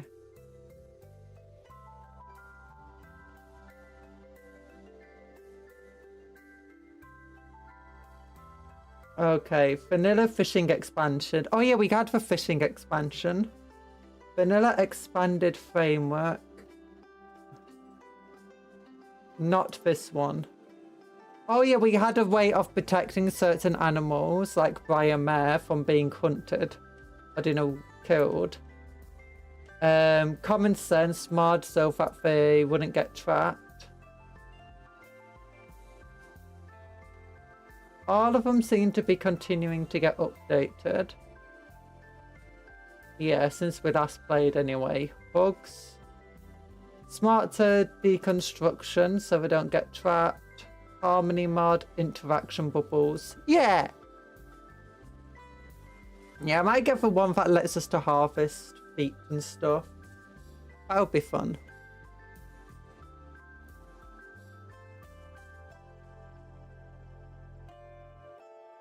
You need to mix and match them to work. Yeah. I'll probably test it out off stream, maybe on Friday. Maybe on the Friday. That would be fun. Don't forget replace stuff mod and metal won't burn mod. Oh. You know, I do that right now. Steam, open Steam again. Metal doesn't burn. Most popular for the last 3 months. I go after this one.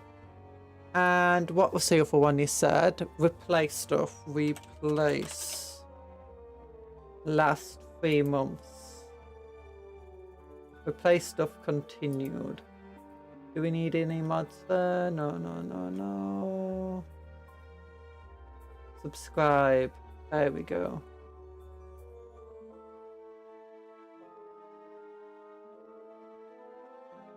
I'll do this one. Body parts. 3 months.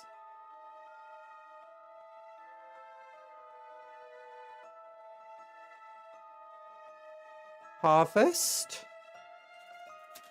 Body parts.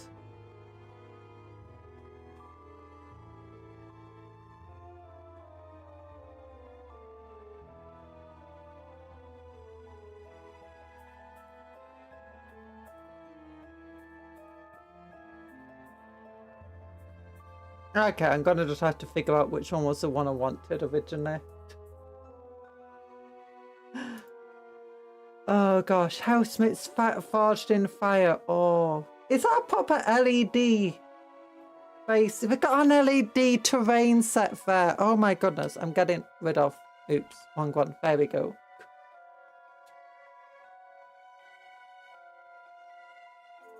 It's Anthony! Anthony, you did this! The forges of tyranny burn once more. Oh my goodness. I'm kind of tempted to get housemates of Hashfoot now. Oh, look at these LED terrain. Me too. The new good stuff looks really cool though. I mean, some of it. Definitely, if you wanted to play these guys as Chaos Dwarves, which the Courthouse are short here, so there's a chance that they might release Chaos Dwarves for Fantasy. But I think the thing that's like setting them apart from what's it called? Chaos Dwarves is the artillery feels too small. You know. I think they would just be Chaos Warriors, that's fine. They're not necessarily going to be regimented up very easily though. I don't think Chaos Dwarves in Fantasy can have spears.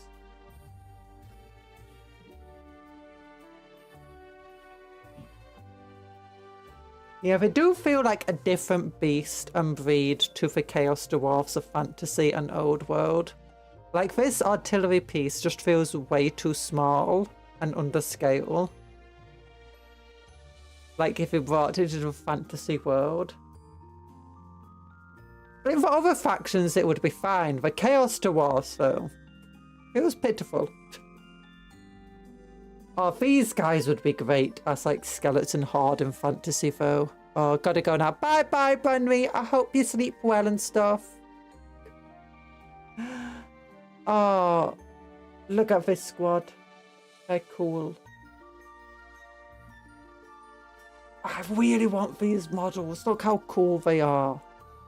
And they could add like, you know, little wire around them in like lightningy patterns and like add rocks and stuff so it looks like they're doing graph smashy washy attacks and pow pow pow pow. What even is that gun? Is that like a melter gun? Oh, that's a disintegrator. Yeah, that looks like a disintegrator from Horus Heresy. Oh. They are forged for various civil weapons and undertake this task. They are armed with deadly disintegration guns. Yeah, taken straight from the private armies of the Imperial House. Armories. This kit contains 2 forged world resin miniatures. Ooh. I enjoy that. I really want this. Yeah, see if it can be on flying stands. Hi, Nano Fate! Oh, there's so much cool stuff. There's so much cool stuff. Oh, what am I gonna do now, though? What are we gonna do? 40k is still winning out on the thing.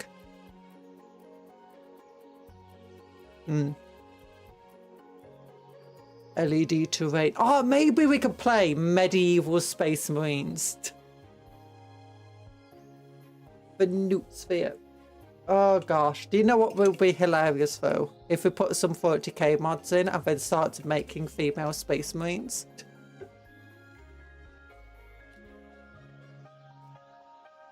You know, it's RimWorld. You can do that if you want. Oh, I'm just looking at my minis that I finished painting today. They're looking cool. Oh wait, I need to check one that the paint was drying on. Oh yeah, the glow looks way better on him now. But yeah, I finally gotten around to finishing them off. I finished a basis today and, well, I've not finished a basis. Tomorrow, we're going to glue some gravel and stuff to the bases and we're going to name them all. Some of them are already named. We got the chaplain named Carmichael the 7th. I've got like somebody else's named Bob. I can't remember who. I think it's a neophyte or something. Oh. Bomb, don't bomb. Oh gosh, I need to quickly go to the cupcake room. To a little cupcake room. RB.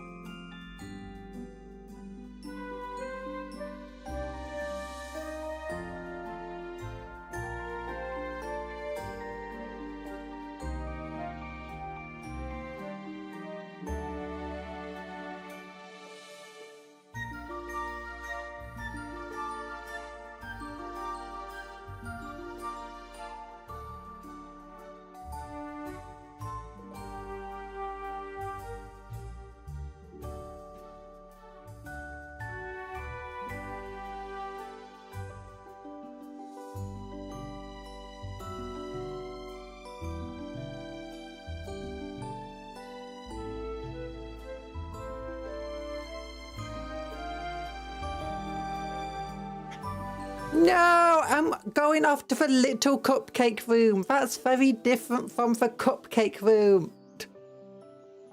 It's just for little cupcake room. Oh, goodness. Oh, how many dwarves do I have left to build? Because tomorrow we got a member stream and we've got a hand cam stream. Hand cam will be basing miniatures for 21 dudes. And the member stream will be building 25 long beards with great weapons, I think it is. Then we've got 20 miners to make, 3 mining carts, 34 rangers in 2 squads, 116, 118. A engineer, a dwarven thane with gun, and 16 warriors with great weapons. I think that's it from the top of my head. And we don't need to make a command squad like the banner, sergeant and musician for them, because they already have it, because the first 16 were already built. I just need to build 16 more of them. Or is it 14? Oh gosh, there's a lot of models to build. And once they're all built and all the sprues are cleaned up, and while we're building them, we'll magnetize them. And once they're all built up, we could be put on the metal trays. They could be put in the, which I should be more than enough room for them in my MDF display case. I actually changed stuff around in it, making even more room. And then I can put that into the attic, and then I can just like take out one tray at a time whenever we need it. So I can just leave it up there. Because bringing it back down would actually be quite difficult, because it's just so big and heavy.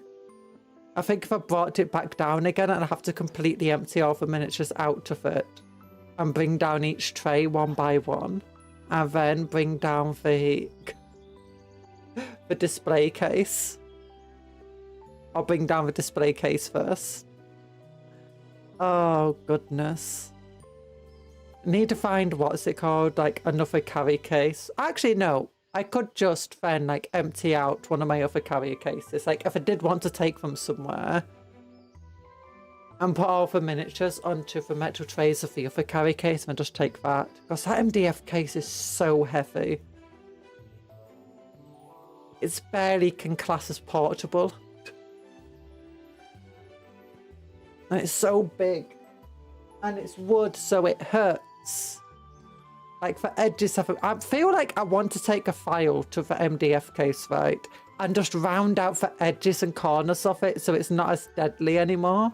And then put some linseed oil or something on it so, you know, it stays nice and smooth. Because right now it's not fun to bump into. Like, I mean, bumping into a big block of wood is never going to be, you know, nice. But when that big block of wood has sharp corners and edges, it's very not nice. Oh, MDF is not fun. But I've run out of things to talk about. Guys, I need things to talk about. Necrons! Who's your favourite Necron? Okay, wait. My next big project is magnetizing Tyranids. Once the Tyranids are all magnetized, like that's something I'm going to have to do off stream. After this stream, I'm probably going to have a bath. So I won't have much time to magnetize anything. I'll magnetize stuff not tomorrow. Thursday will give me time to... Actually, no, I need to play with RimWorld mods on Thursday.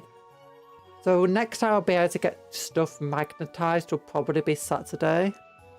Because I won't have a lot of time on Thursday because I'll be making thumbnails, testing out Warhammer Total War 3, testing out RimWorld and stuff. Oh, goodness. What else is there to do? Oh, so what would the project be after magnetizing my nets? Magnetizing Eldar. Because I don't know where to put my Necrons currently. My Necrons are all just stood on my desk. I'm like, where do I have room to put them? I got a lot of room back from putting all the Tyranids into things, but I've got basically one shelf is reserved for putting Mechanicus models there. And the other shelves are kind of reserved for Space Marine models. Or just already filled with Space Marine models. So I know that at the moment I've got these 8 scouts to build, and if I'm building those 8 scouts,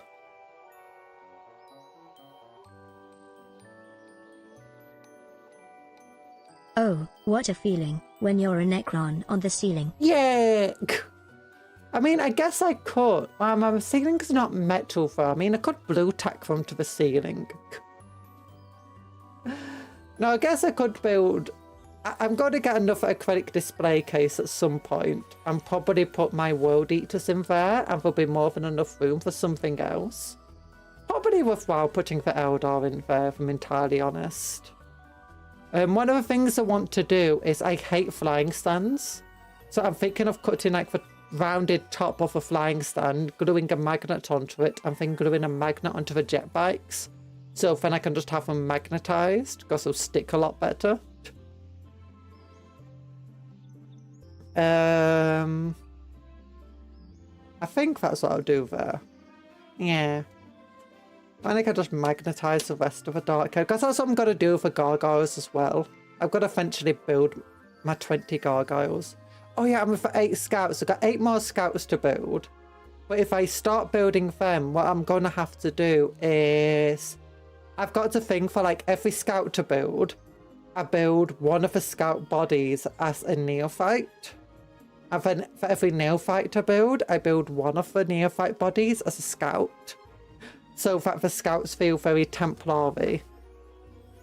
And obviously I have one of the shoulder pads of the neophytes, because they come with 2 Templar shoulder pads each. So what I do instead is I give one of the neophytes a blank shoulder pad and one of them a Templar shoulder pad.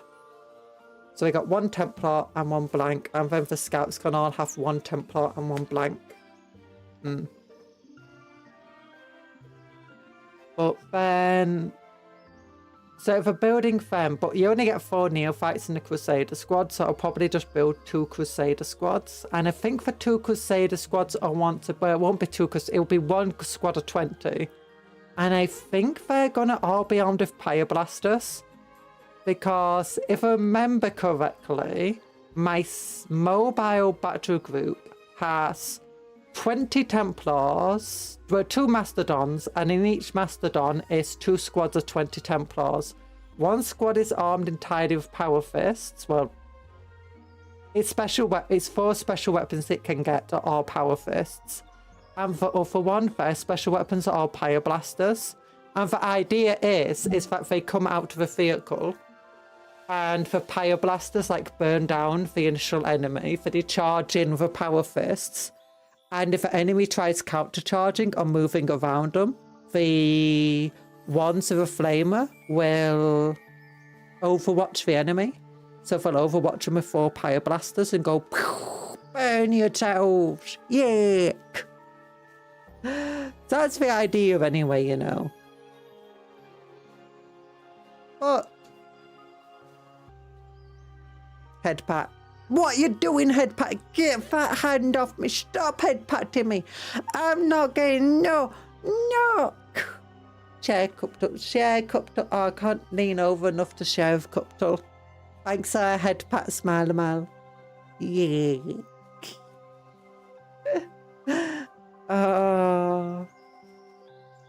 Guys, do you want to see the painted models I've got? I can show you. I can actually show you my finished painted models. If I do this, click this button and then click over here, scroll down, click this button, open in browser, move across. But doom, look at them, that's the squad. They've not got base, as I've said, I've not based them yet. We've just basically got Armageddon dust on them. But you can see I made him all dirty. Look, he's got a dirty foot and dirty feet. And we got like dirt all ashing upon them. Yeah. And that's another picture of them. Give them a different angle. I'm not sure it's worth the amount of time we spent on them, if I'm entirely honest. Like, these models were working on and off on them for a few months. And they look okay, but not for a few months of work. I feel kind of bad about it. And we got this dude here. But there we go. Yeah, that's a better picture. I made like a tiny light box kind of thing. You see some of the Armageddon dust is falling off them. I mean, look, it doesn't look too bad, does it? Here. It looks okay. I still don't know how to get quite the edges done properly here, where you can see it's like slightly white. Yeah. You can tell I painted these with a brush and not an airbrush. With how kind of splodgy it feels. At the same time, I think it looks cool. The eyes aren't perfect, you can see a bit there. Initially I was trying to make a glowy effect using the contrast red, but it wasn't going the way I liked it to.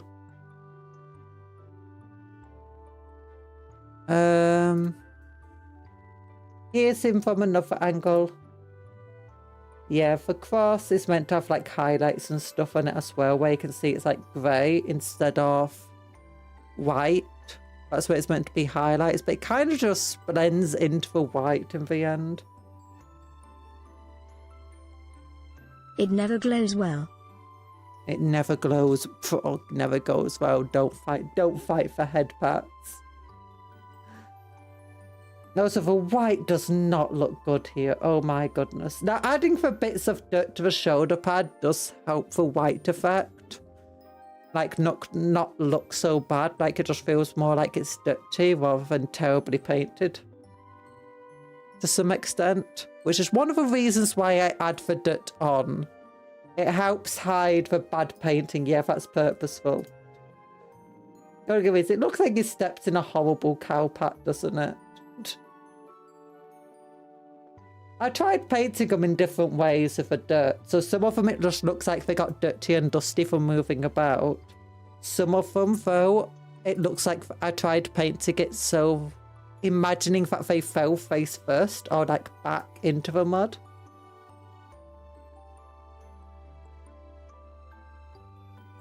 Not just one cow pat, yuck. Look at the base doesn't look too bad on this guy now. I think it went well. For Agrex of shade helped. And for adding the dirt. Maybe I went a bit too overzealous though on the dirt. I'm not sure. The issue with the dirt as well is it's actually too similar colour to the tabard. The tabard, where you can't actually tell too well what's meant to just be the basic tabard colour and what's actually covered in dirt. I didn't want to do too badly for dirt on his shoulder pads and his face and stuff because I actually like how it turned out in the end. This part here where it looks like I got white paint on them, and here, yeah, that's not white paint. I think that's just more reflections and highlights of it. If I look carefully, I can tell. Yeah, that's just highlights.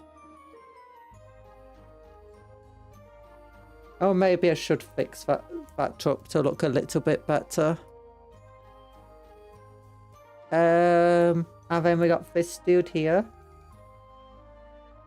His backpack's really covered in the dust and the dirt. I think it looks pretty cool, but then his fronts are not that covered in dirt. Now, my mum and her friends used to play cowpat war, where they threw dry cowpats at each other. She told me sometimes the cowpats weren't oh god,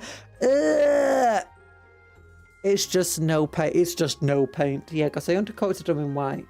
You can't tell I undercoated them in white. Yeah, the capes. I think the cape looks pretty cool. But I think maybe I went, again, a bit overzealous of the dirt. I'm not sure.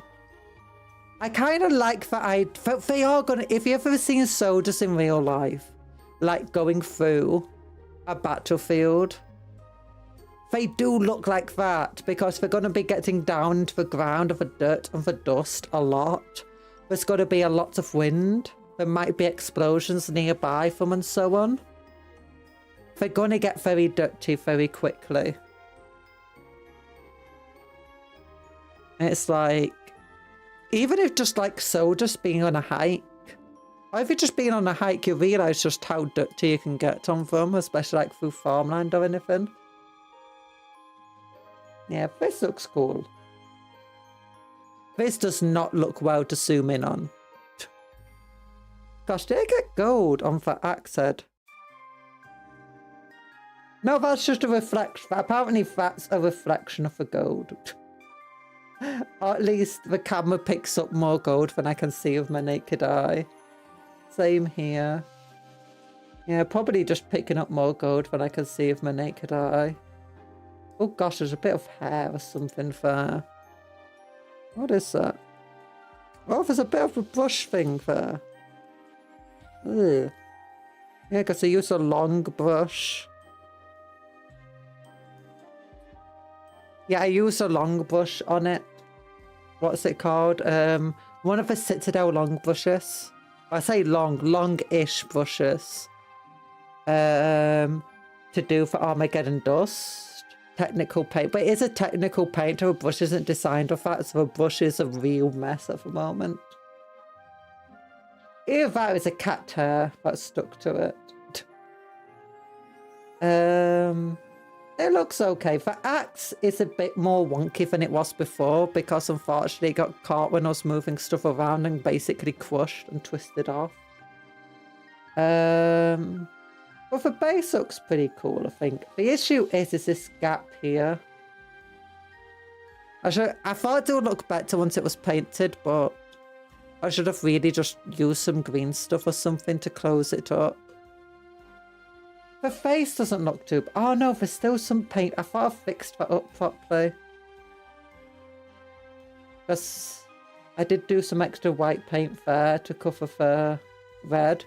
There's still a bit more. You know, if I don't zoom in, the face doesn't look too bad. Oh, goodness. Is there another one? Nah, it just goes back to the beginning. Yeah, those are the models. Those are the models. Yeah, maybe I'll go and touch up the chaplain. Oh gosh, that sounds bad. Maybe I'll fix the chaplain up a little. Because there's a bit of paint where it kind of flaked off on the axe head. So it just shows a white undercoat on it. From when it got crushed and twisted off. Yeah. And cover some of those gold bits up. That's the issue. When you take a picture, you can suddenly see all the issues with your painting, isn't it? I don't think the models look too bad in the end. I just feel they're not up to scratch for, you know, the amount of time we spent on them. It was very much on and off painting. Like, we weren't painting them the entire time. But still. I'm back. You took a shower. You're not stinky anymore. Yay! You're no longer stinky. After this stream, I'm probably going to have a nice bath. We won't talk about the red eyes on some of my tiny titans, where there is definitely spots on the trim. But it's a reflection. Trust. Yuck. I was trying to do that with the contrast red, trying to get some glow. Some of them, I feel like it didn't look too bad, and they kept the glow. A lot of them, I just went over it. I redid the glow on one of the models already for the green glow. But I said I'll redo. Oop, you're finally back from errands. Hello, K-Trax. Hello, Banwick. Oh gosh.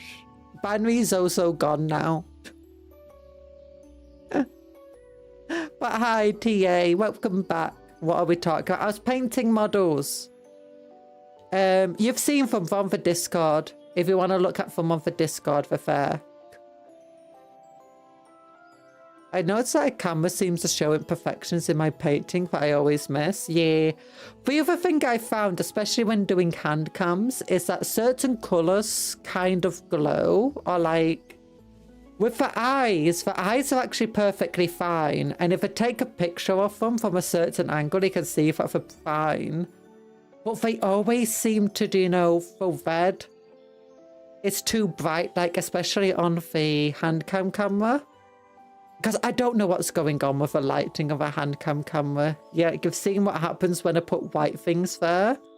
I like, you know, like the Indomitors, you couldn't even see the picture properly. It just looks pure white. The same thing happens with like the red eyes, in which all you can see is this bright red that just seems like a splodge. It's like, no, it's not a splodge. The eye is fine. It's not perfect, but it's fine.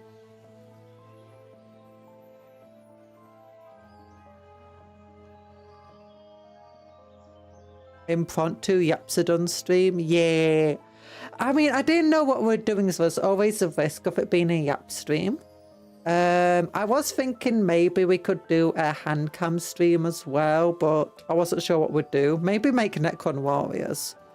I'm thinking, what do you think this would be? Since I got the Mechanicus Combat Patrol, and I do want to get 10 Skitarii Rangers as well as the 10 Vanguard I'm going to build. What if I give them like Necron weapons and stuff and use Necron parts as conversions? Because I've been really inspired by, you know, the AdMech thing of stealing all the Necron parts. I've been inspired to see no tech up, guys. Hi, Paint Games. Yeah, like give us Skitarii or Necron Gauze blasters and stuff. I think that'll be hilarious. I like modify the guns with Necron parts. Heritech use. No, it's not a Heritech. It's perfectly legal modifications. Necron plus AdMech equals Necron mech. No, no, no, it'll be NecMech. NecMech! Na na na na na na na na NecMech! Spaghetti mix for Necrons and Mechanicus. They offer a forbidden love relationship in 40k. Carl and Trizan. Oh.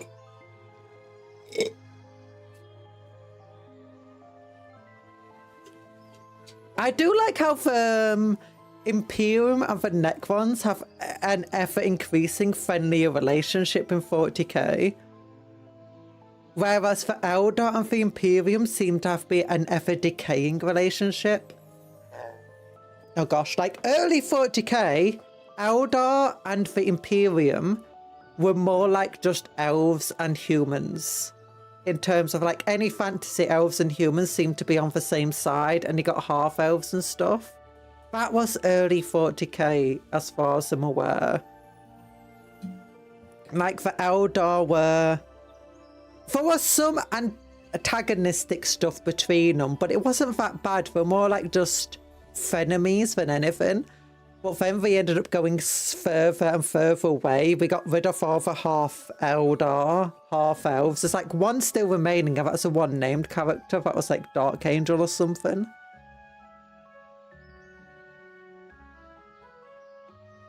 Carl and Trizan. No, for Silent King.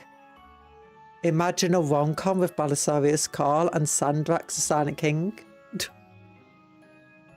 I'm sorry, did we forget that Necrons are building the anti-warp bubble, so it's just disconnecting humans of their souls? But yeah, I'm not saying they are friends, I'm just saying they're becoming friendlier. Like when Necrons first came about, they were fully antagonistic to humanity. And the Imperium was fully antagonistic to the Necrons. There was no crossover Necron tech. There was nothing basically. It was just Necrons are violent, evil race. Or at least evil in the view of humanity. But then, since then, we ended up getting lore of, like, you know those Grey Knight Tesseract Labyrinth things that they use to trap the demons in? Yeah, that's Necron tech. And it's like, okay, the Emperor might have been friends with some Necrons, not just stolen Necron tech. And then it turns out, okay, maybe we had some friendly relationships early on. Now, it turns out Tristan's relatively friendly. Now, the Silent King, despite creating this warp bubble, anti-warp bubble, is also actively helping humanity to some extent. And now you've got Necron dynasties that... You've got a Necron dynasty, right, that actively protects humans. Like, they don't even see humans as Necrons, like some of these dynasties. They're like, oh, look, humans. Well, they're part of the Necron Empire now, so we treat them as equal and good citizens, and Necron warriors who protect them.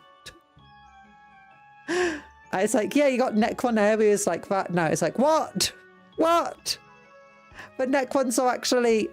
Although it is for early Necrons, it is lawful now that most of the early Necrons that appeared and humanity had contact with, those dynasties were so badly damaged that basically they were just entirely running on protocols and by mad kings that don't have any sort of real emotion left. But since then, the characters have been waking up, and the better dynasties, and they've got a lot more emotion now. They've got a lot more different characters and variety, and that's lawful. And some of them were already awake back then, but they weren't really being active and making themselves known. Is she winning? I'm winning! Friendlier. Cyrax's end goal is farming humanity for flesh suits. Yeah, it's true. I mean, if he doesn't have to destroy the entire of humanity, I think he said he wouldn't. Oh, we're winning, goobers. Yeah, we're winning. We're mostly Satsudining today. It probably depends for dynasty or individual, similar to how some craft worlds are friendlier to the Imperium than others. Yeah, that's basically what the Necrons have become now. Like, yes, you do have... The Silent King is still not great. But he's still friendly. As I said, he's friendlier than the initial Necrons were. Like, the initial Necrons, when they came in, and for years after they came in, were literally just... wanted to exterminate humanity. That was basically, they wanted to exterminate all life in the galaxy. That was it. That was the end goal of like every single Necron we met. Silent King compared to that is still a lot friendlier.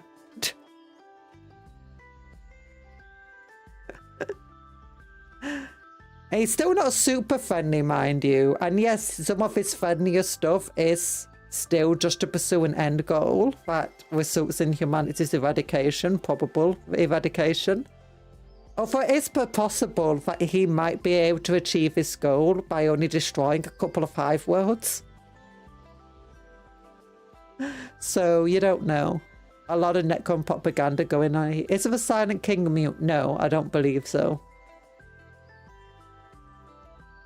But I might be wrong there. Who needs friends when you have plasma guns? It's true. Also, hi, Skaven Dan. And hi, Talan. Did we say hi, Talan? Oh. But yeah, it's just funny how for Eldar have gone, like, even with Euphrain coming about, the Eldar are significantly less friendly than they used to be. And the Necrons are significantly friendlier than they used to be, even with the Silent King doing all of his shenanigans. And the flayed ones being flayed ones. The Tyranids are less friendly than they used to be. The Tyranids used to be capable of doing diplomacy and talking to people. Orcs are also going less friendly. I don't know if orcs are going less friendly or more friendly. It's hard to tell now.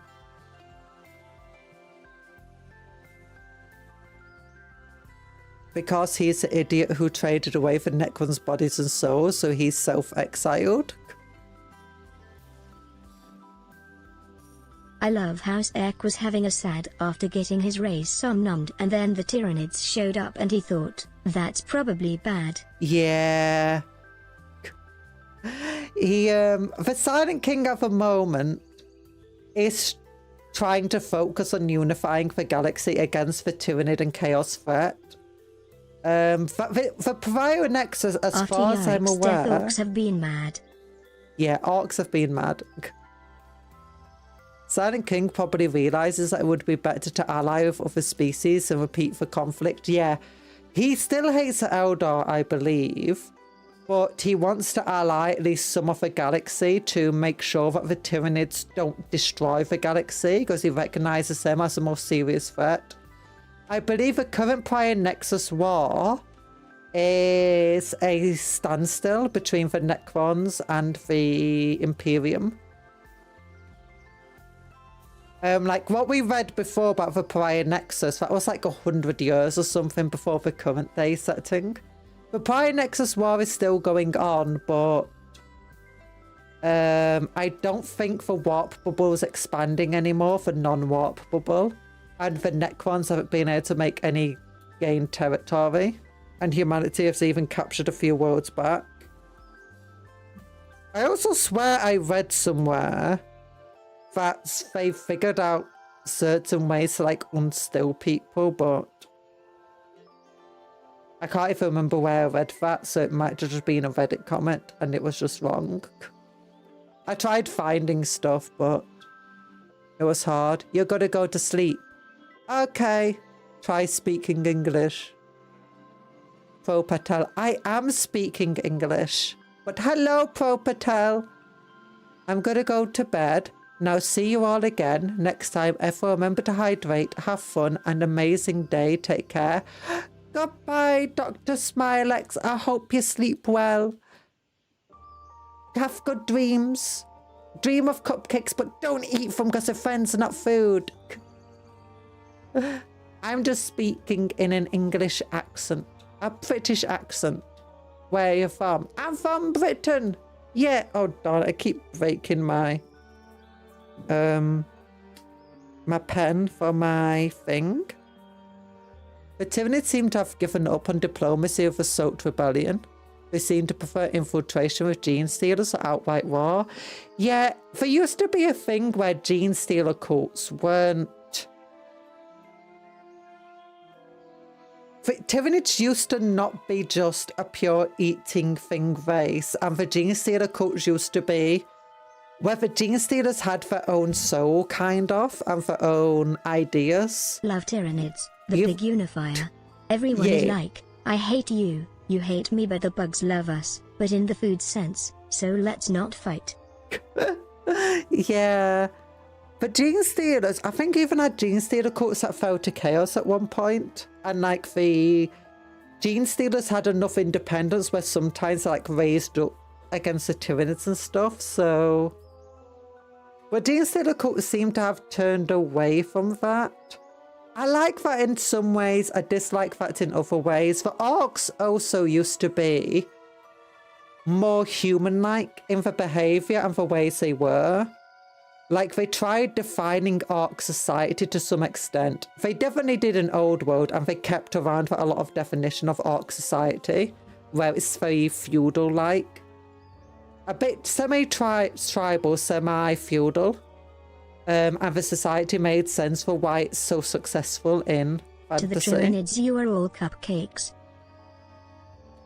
Meanwhile, Fort Decay seems to have just embraced the entire just orcs and magic. That's how things happen. Because at one point they did try like explaining how different how orcs did like have some worlds that would be building loads of stuff, others that would be making food and stuff like that. But now it's just orcs somehow make really complicated tech. They don't really have a proper society. Although that could just be current imperial propaganda. They've just buried all of the stuff about how orcs work. They've also moved away a bit from the freebooters and the orc mercenaries. They were really going all in at that at one point. But at the same time, they were going all in on the fact that once the bullets start flying, orcs could be very cowardly.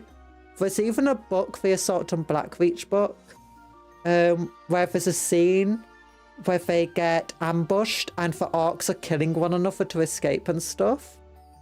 And it got lots of stuff like that, but now they're going full into the idea that orcs are completely fearless, they're not afraid of death, and there's even an idea that orcs reincarnate now. It's not just once they die, new spores appear and they grow from them. It's that some of those spores, they can potentially grow back into exactly who they were, the exact same memories and the exact same soul, like in the Warp Soul. Genestealers can fight for Tyranids, but unlike foes, will have a patriarch at the time of a conflict. It's unlikely foes will have a patriarch at the time of a contact. Yeah, it used to be that the Genestealer cults could get too big for the britches. Now it seems that they only fight because they realise what's happening, and it's like the final death throes.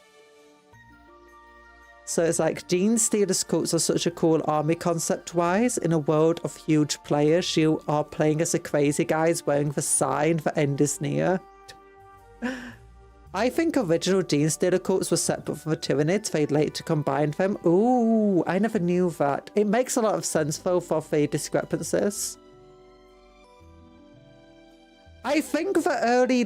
What I do like about 40k is that the early lore is not necessarily retconned. Like, I do think the early Genestealer cults, like the Soats, still existed. They just don't exist anymore, at least not in any large numbers. The Tyranids did try diplomacy, they just don't try it anymore. The Genestealer cults were once thought of separate from the Tyranids, now they aren't thought of separate, they realise the Genestealers. The Genestealers used to be... They thought they were different from Tyranids. It turns out they're just scouting forces. The early Genestealer cults evolved for independencies, are just the Genestealers slowly evolving to what they are now and struggling to figure out how to do cults properly. And like early orcs, like I think the law is now orcs are bigger than they used to be, which is why for toughness 5 and strength 4. And I think that's what they're doing now with orcs. They're saying orcs have gotten bigger, they've gotten stronger, they've gotten braver. And I think they now reincarnate, but that's like a new discovery. Rather than... And it explains why certain orcs have died multiple times. And they've even burnt the body up and he's come back again. Like, I think that's one of the things about Snickrock or something. Like, they kept thinking they killed him, only for him to come back. And it's now the fact that every time he dies, he just comes back again as the same person. In one of the books, Marines board a hive ship and the Zoats are managing the ships. Doesn't really say if it's by choice though. Yeah. The Zoats are in the nids now. No, not all of them. There's, they released a board game a few years ago. Not too long ago. And it actually had a Zoat code for Archivist or something. Was it a code for Archivist? But it actually had a Zoat in it. It was like a named Zoat. And they had drones and stuff. So yeah, there's still some Zoats out there in the wild. Maybe one day they'll bring them back as their own race. Do you know, like they did with the Squats as the League of Zotan? Photan, sorry. Oh, the League of Zotan! That'll be hilarious. Everything weird or unknown is 40k is just another nid. Nah. Genestealers are pre-nid. Ooh, I never knew that. In one of the books, Marines board. Yeah. Blackstone Fortress. Yeah, it might have been that one. I can't remember if that was a re-release of an old game board, but they did re-release, but they did release it in the modern day. Oh yeah, the Ambull still exists in Necromunda. You can buy them. I think you can still buy the model for Necromunda. You can definitely buy the Ambulls that have been turned into servitors though, which is fun. And the Ambull appears in Boltgun. League of Zoats, yeah. For some animal, like I think the Ambull was like thought to be a nid at one point, but it turned out not to be a nid. The Zoats were thought to be nids at one point, turned out to not be nids. I do also like how some of the lore changes, not necessarily because the lore has changed, it's just what the Imperium has this, like the Imperial propaganda has changed. Or what the Imperium knows about them. Which is fun. I like the fact that it's ever evolving and it's, like, I think the battle, the 4th edition was set a few hundred years before the current day setting. Like, it was before the 13th Crusade ever occurred. You know, attacking the... I think that's 4th edition was before the 13th... They decided to do the 13th Crusade. Because I know there's been a few times that they, like, did the 13th Crusade and then they retconned it completely out of the way. Or something like that. Because they changed the law. Like, the very early laws definitely been retconned away, but they've just kept some of it as inspiration. Like the Half Eldar. Only one of them exists now, and it was made by Carl. I think the Soats were a Tyranid creation, but had more independence and rebelled. The Tyranid stopped making them. I thought the Soats were meant to be an early race that the Tyranids had interned. But maybe not. It would be still fun if they returned for Soats in one form or another into mainstream 40k. Oh, give them to the Tau. Because the Tau definitely need more races. That's the one thing we're missing from the Tau. Because we see every so often we hear about them in lore. And we've definitely had other races have battleships. GW, give us a dominate. No, they've already given us Lily Felspacks and so on. What? You got the Dark Eldar and for Slaanesh of that. I think yeah. Soats is a name for zucchini oafs. No. Soats are they're in fantasy at the moment, actually. If you play as Wood Elves, you get those weird lizard things. Units. But do you know, like centaur lizards? Kind of. They're Soats. Look it up. No. No. I won't look it up. I'll just trust that it's not the case. Ah, yes, the Soats are. The Soats are cool, though. One of the biggest NID epic models is a Dominatics. Oh, yeah, you were telling about that ages ago. Yeah. Oh, no. Oh. No, they aren't. Go to prison. No, those are cool. They might not have the greatest stats, but they're cool. They're cool.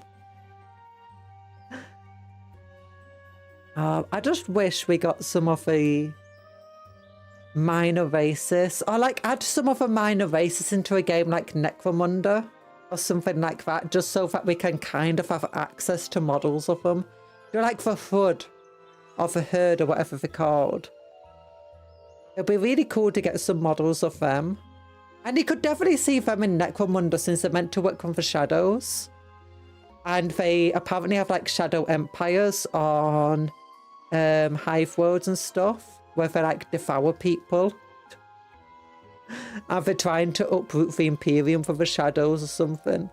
It's really fun.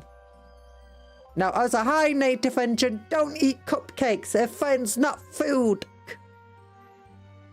Big old meanie. Don't forget to like the stream. Every like on this stream is another newt to the noosphere. Doesn't 40k have their own version of the Mind Flayers? I know Trisan has this one in the museum. I don't know. That might be for Herd. Let me see. Maybe I'll look them up. 40k.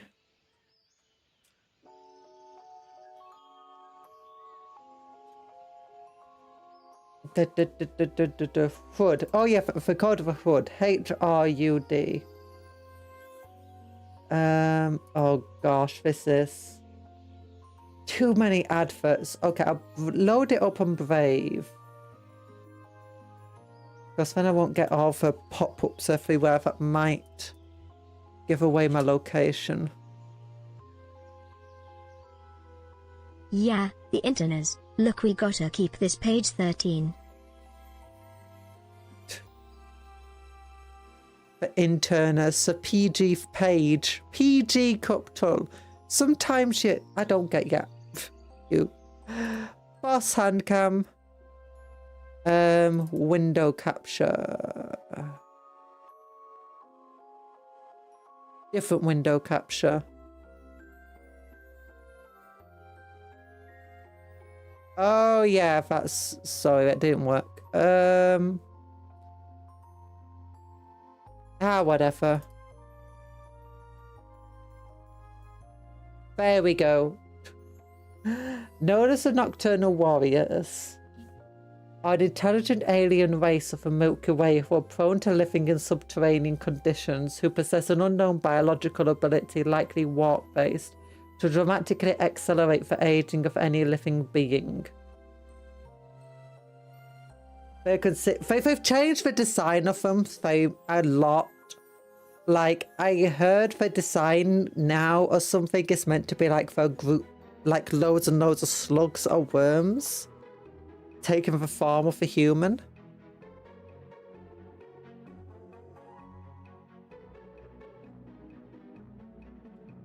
That's for interners.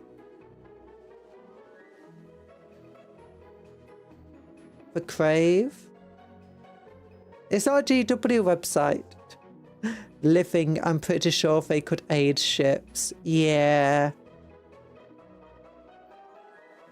The interners, they ended the last of the old ones. They look like giant ticks. Ooh. Yeah. They're pretty fun. Okay, so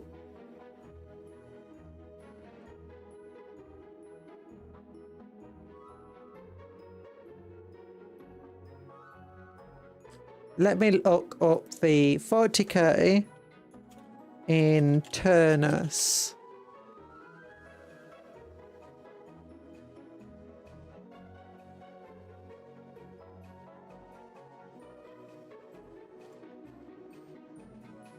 Yeah, it'd be fun to see all the different races. I want to see the friendlier races though. So it'd be great to see like Tau get like give them an auxiliary kill team that has like a bunch of different aliens in it maybe.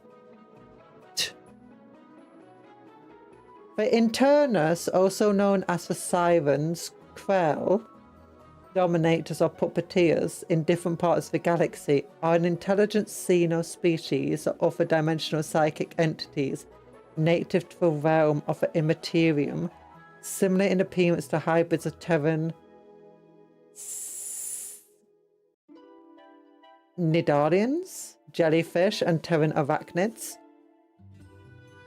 Interners will mind control any unprotected psychic being that they can in order to turn them into living warp portals that the interners can enter the material universe through. This control appears to be psychic in nature, but once in real space they begin to psychically intern nearby non-psychers as well. In time, an interner population could begin to grow geometrically, mentally interning billions of people on an infested world. The so-called interner plague that was unleashed millions of Terran years ago led to the downfall of the ancient and highly advanced intelligent species known as the Old Ones. Interners invaded their last strongholds and psychically enthralled or destroyed the Old Ones' psychic guardians and intelligent servant species. The Interners' existence was also one of the reasons the Necrons entered the Great Sleep at the end of a war in heaven 60 million Terran years before the present, when they killed off almost all of the sentient life their Catan masters needed for sustenance. It was found that the Necrons rebelled against their star god to reclaim their freedom and imprison the Catan. They had the most profound 60 million standard years before the present. So that's around the time after the dinosaurs died off.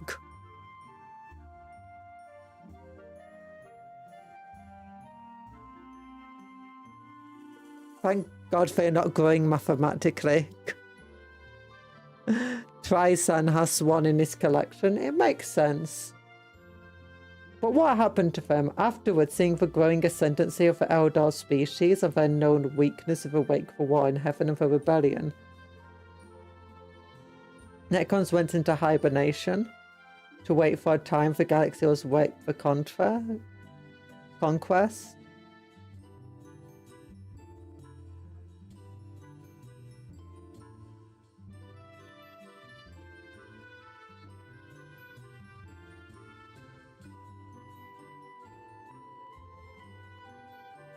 Okay, so they assaulted the strongholds. Intelligent life in the galaxy almost became extinct as a result of these assaults and the red harvests of the Necrons, and they were still in the thrall of the Catan Masters. Oh. So maybe that's what really happened to the dinosaurs. The Inquisition, Audio Malus, and Audio Xenos both have an interest in combating the Internus, due to their origins of a warp and their existence as an intelligent alien species. Numerous Internus were encountered by Inquisitors in the Scintilla system and subsequently destroyed. Further evidence reveals that the creatures were embedded within a renegade psycho smuggling ring. The Internus are believed to be a potential threat to the dark pattern that is unfolding within the Jericho Reach. Or to be the potential threat. Dark pattern. So Internus and Catan were having a whale of a time. I wonder what happened to them though. Like, I imagine the Eldar being so psychically potent, not potent. So psychically powerful that they could counteract the Internus and defeat them and not be enthralled by them. Fruit Law is sad. GW did them dirty. The Fruit always lose and always need to be bailed out. It kind of makes sense, since I think when the Fruit were first attacked, they weren't that super advanced. In fact, much of the technology seems to have been gained from eating orc brains and gaining some of the orc innate ability just to make tech. So it makes sense, being a relatively small player that was relatively low tech, that they do need to get saved. One GW intern who made them slept weird once and forgot about it. No, Tyrell Chicken Men are king. But the fact that they managed to... The fact that the Kroot were probably still tribal when an orc horde attacked them, and the Kroot was somehow fighting them to a standstill, shows that the Kroot are in fact evolutionary kings. I mean, I know the Tau bailed them out, but it's possible that the Kroot would have been able to win the battle themselves. It's just the Tau in the end came in with the ability to end the standstill and turn it around fully into the Kroot favour. The Autarchs attacked them when they were the Kroot a Space Empire already? Because I thought the idea was the Kroot gained their tech, or like the ability to make tech from eating orc brains. They didn't evolve enough to be liked by the player base. The Kroot exist. The Kroot have models. They got some cool models. These guys, though. It's a pattern of dead worlds that has long concerned the Death Watch for Order Xenos. The celestial phenomena may very well have led to the instigation of a long watch.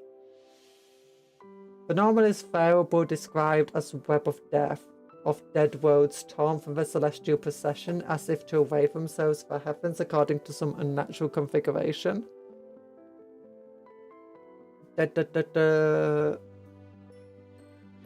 The Necrons have been implicated in several sources.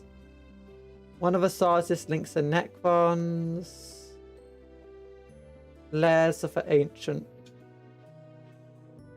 Yeah, ancient Necron. Dark Gateway.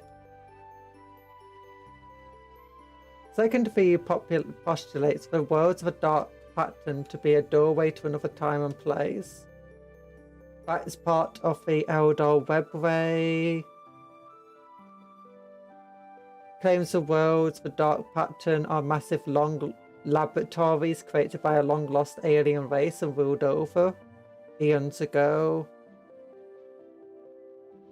A growing stain. After witnessing an outburst of prophecy from a girl who would later become known as a Saint Selectia, Watch Captain has begun to believe that he himself is tied to the events that would lead to the expansion of a Hadex anomaly.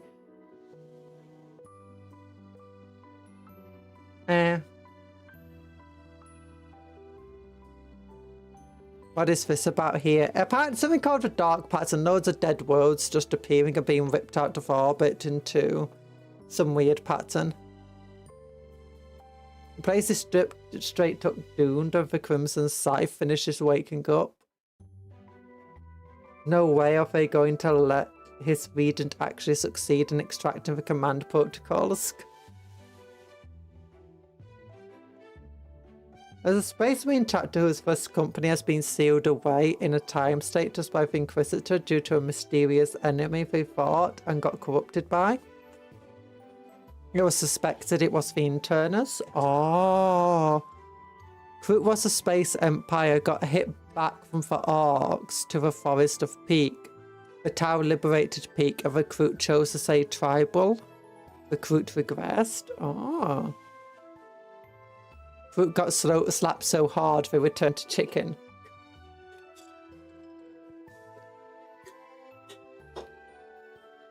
I still think they don't know what they want to do with the Kroot. Because they've changed like the Kroot a few times. Like, Kroot are as powerful as Space Marines, to Kroot aren't as powerful. To recruit are strong enough to rip open power armor, to recruit a stronger Space Marines but can't break power armor, to all sorts of things. There's even a point where the Kroot rifle was like apparently as good as a pulse rifle. Which is why they had similar stats for a while.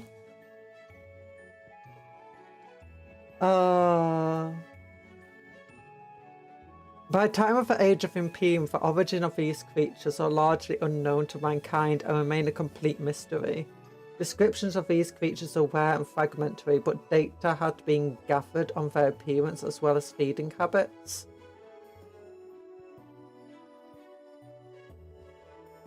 So we don't know what happened to them. I imagine the Eldar probably dealt with a lot of them.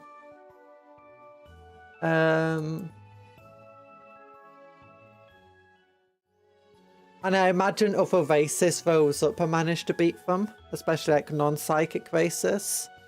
It seems surprisingly that the humans are just able to destroy them. But I guess it's not too surprising.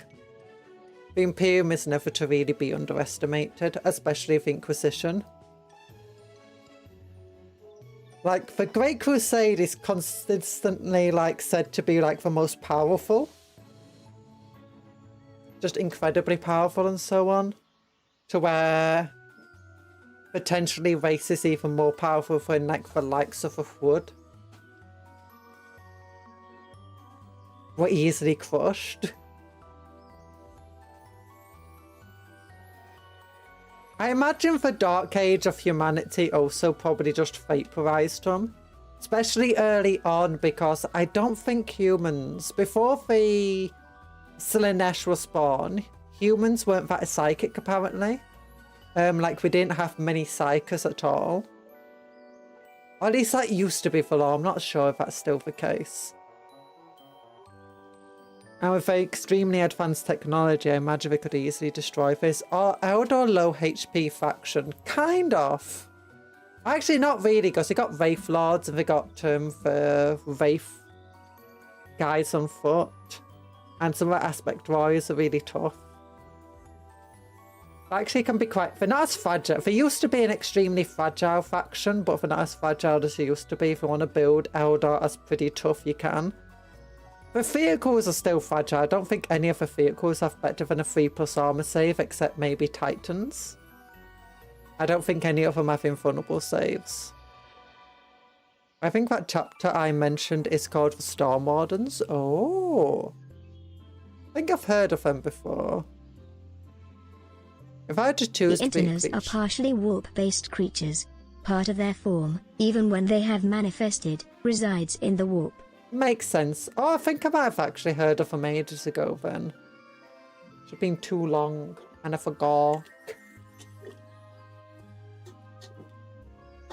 Yeah. Storm Wardens are neat. Yeah. The Eldar aren't as tough as like a Space Marine army. And the vehicles aren't as tough as Imperial Guard vehicles. But they can actually be quite a tough faction if you want them to be. Dark Eldar can also be quite tough if you want them to be, because you just play as a homunculi. Oh, but I believe right now none of the Dark Eldar vehicles and monsters are that tough or that powerful. I mean, lots of them have great killing ability, but they still have the issue with, like, I don't think any of them are, like, tougher than a Carnifex kind of thing going on. I might be wrong, but so...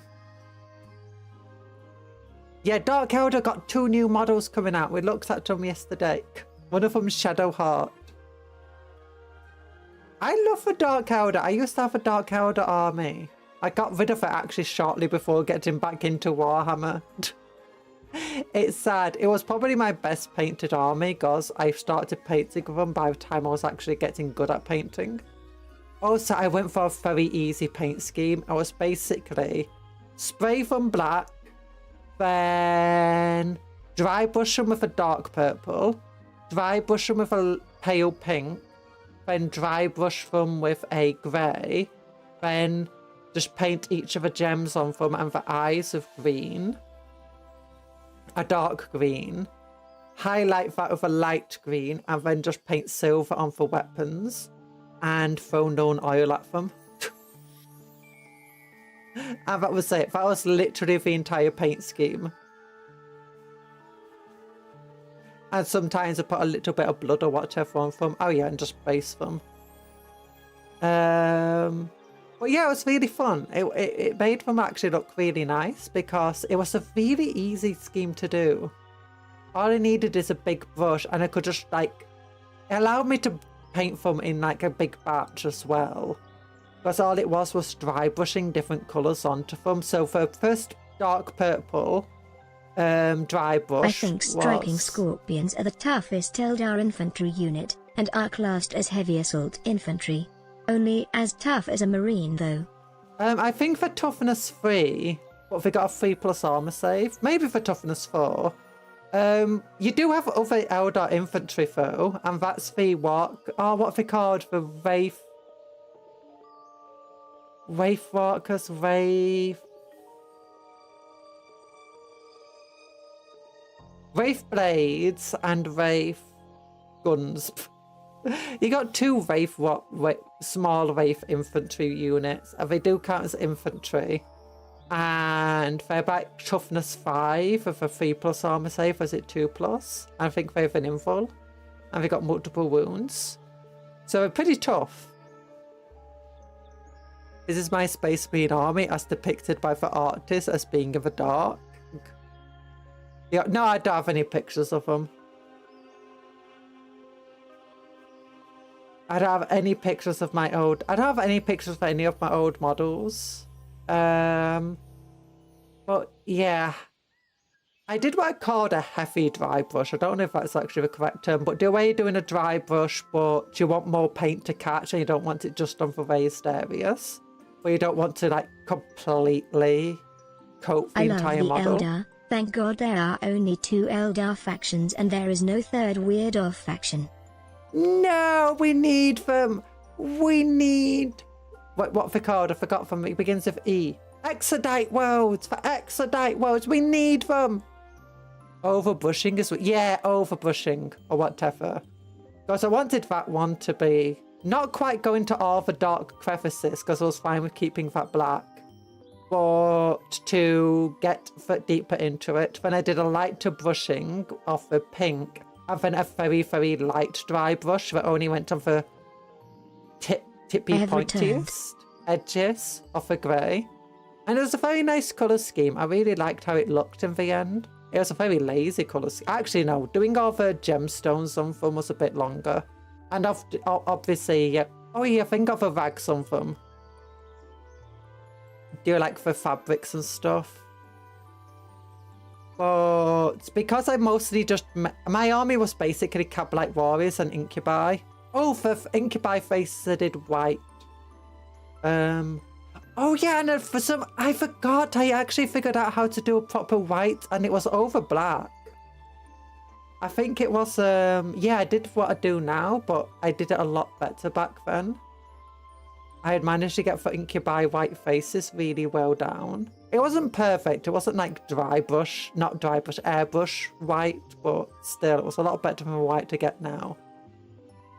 Oh no, they still toughness 3, 3+ armor save, 5+ info. That 3+ is what makes them heavy infantry by Eldar standards. Yeah. I mean, if you make an army of aspect warriors, you're getting 4+ armor saves, you're getting 3+ armor saves as well, you're getting a bunch of invulnerable saves. If you're going with battle maneuvers as well, then you get a bunch of other abilities to give them extra survivability. And then if you add in a bunch of Wraith units onto that, you're pretty tough. The jet bikes aren't as tough as like Space Marine bikes, but they're still, I think, tougher than normal Eldar, and they got more wounds. And they got like the oh, what's it called for Ranger jet bikes too? And they're still a lot more fragile than other armies in total, but there's not that fragile. If you don't want your army to be fragile, it doesn't have to be that fragile. Are Elder Corsairs considered a separate faction? They are a separate faction from Eldar Craftworld, and they are a separate faction from Dark Eldar. But they use the Eldar Codex. If you want to make a Corsair army, you just use the Eldar Codex. I guess you can use the Dark Eldar one too, but I don't know if they get Corsairs. Do the Dark Eldar get Corsairs? We'll check. We'll check our website. Boss hand camp.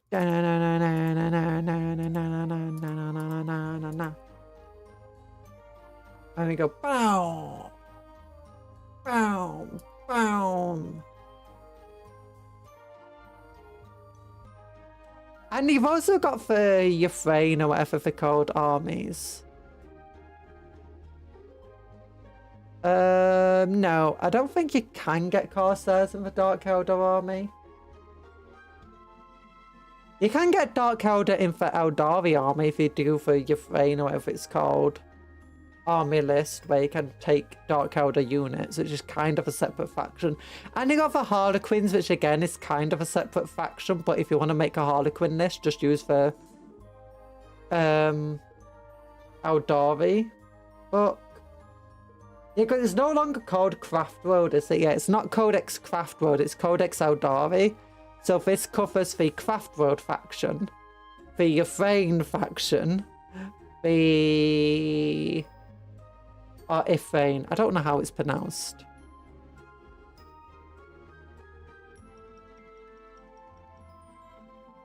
An army of max squad of each aspect wise and their Phoenix Lords that alone is 2,000 points in 40k. That's pretty cool, actually. Because I would actually be relatively balanced in terms of anti-infantry to anti-tank. I never realised that I needed to do different layers for my figurines. I just paint them, realise that I missed a spot, and then repaint the... Yeah, I used to paint my minis kind of like that. And the trick with doing multiple layers is that you have to make sure your paint is extremely thin. Or at least if your paint's extremely thin, you have very little of it on your brush. So when you actually apply it, it's just tiny little bit. And your first layer might be super streaky and not be that clear or solid. But that's fine, that's how it's meant to be.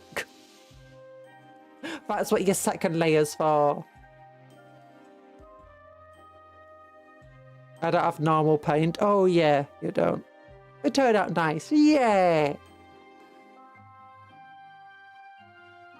1, 2, 3, 4, 5, 6. 1, 2, 3. Oh yeah, so this has Harlequins, it has Corsairs, it has Craft Road Eldar, and it has the Dark Eldar. Harlequins, Nari, otherwise known as Earnden and their inferior friends, musical theatre, and elf soup. Yeah! So Craft Road, Harlequins, and Yanari. And Corsairs in here. So that's Corsairs are basically Eldar pirates, separate from Dark Eldar. Some of them are good, some of them are basically evil, just like for Craft Worlds and everything else. The Yanari are basically the ones who want to revive the gods and think they can revive the gods. Which is, where is she? Yeah, that's basically led by her. And who's the other guy that leads it? There's another dude. This one. Yeah. And technically, I guess you could say for Aspect Warriors are kind of a separate faction too. In a way. For Exodite Eldar, if you want to build Exodite Eldar, you basically just use Craft Road Eldar. But you'll come for kit bash the models up. Similarly, if you want to build a Corsair army, you'll probably just want to kit bash a bunch of other units up into... Because there's nothing saying that Corsairs can't have some Howling Banshees or other Aspect Warriors. Yeah, Wraith Guard. I love Wraith Guard. And Wraith Blades are fun, but Wraith Guard are the best. But the white paint always turns out trash, so my Tau are just gold now. And I also skipped the whole red mark thing. I'm not bothering with her strange symbols. Yeah, I need to learn to use transfers, and I might try putting some transfers onto some models.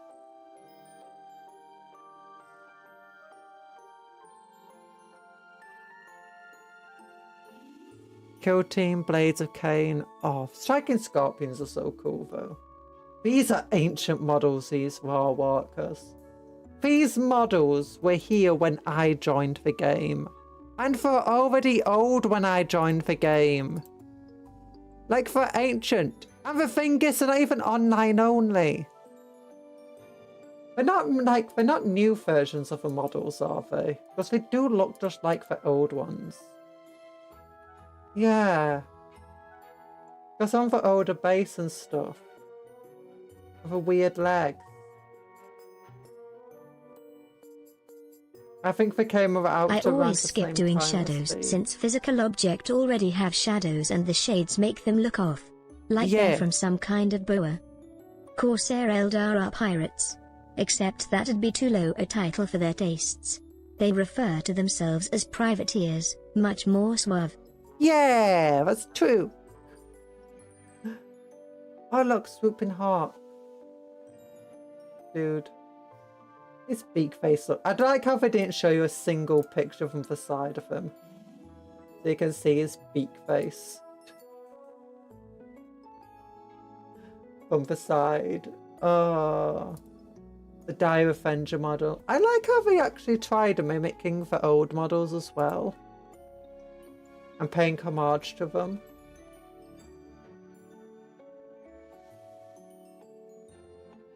I always skip doing shadows. Yeah, I used to feel like that all the time too.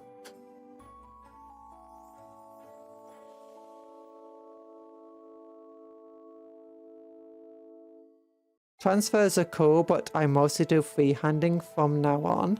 we're going to try transfers, so your Beyblade. I want to try some transfers. Like, I don't really trust my freehand abilities.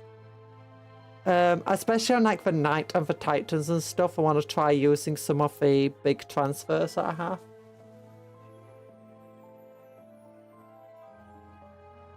Star Weaver. That's a Harlequin one. Yeah, Harlequins you can build up. That's because they brought back the Harlequin Codex for a little bit, didn't they? Yeah, I think the Wave Serpent and the Night Spinner and stuff are all the, like, same models from years ago. Again, these are, like, from when I joined. Like, before I joined even. They're already old back then. And I think the Wraith Lord might be the same model too. That being said, we did build the Wraith Lord model. I was surprised by just how good it was. The issue is, all these poses they show are so terrible. You can make it look so much nicer than this. In terms of doing, like, the model posing. Like, I don't know what. I mean, it's partly the legs. When we did it, we actually cut one of the legs off at the knee and remolded the leg. So it could have a bent leg. And have a cool pose as a result. These guys are newer. The Guardians are newer. The Howling Banshees... Oh yeah, they're newer than the other ones because they had metal for a while. Dark Reapers are newer as well. These Guardians are different from the old Guardians. They're definitely the new version because the old version didn't have the sword option. And they weren't as cool. They had more of the issues of squat posing and stuff. To me, Eldor should be for old metal models. My Eldor just old metal models. I have a Farseer. I did buy dinner for Warlock Conclave with Farseer metal models that they had. The Night Spinner is such a cool weapon. It throws a net of mono... Night Spinner is such a cool weapon. It throws a net of monomolecular filament into the air to land on troops, shredding them via physics. Yeah! Although it's never had good stats on what I've seen. The Fire Prism... Oh, actually, I do think the Fire Prism is newer because I think the old Fire Prism model had this massive gemstone crystal on it. But I don't think when they changed the model for it that... I think they just basically changed the turret. I think they kept this the same. I'm not sure. I can't remember. I remember seeing pictures of it in the old White Dwarf. I never played for Eldor. I never had them, and I don't think many people played them. The Dire Avengers I still think of the old models from back then when I joined.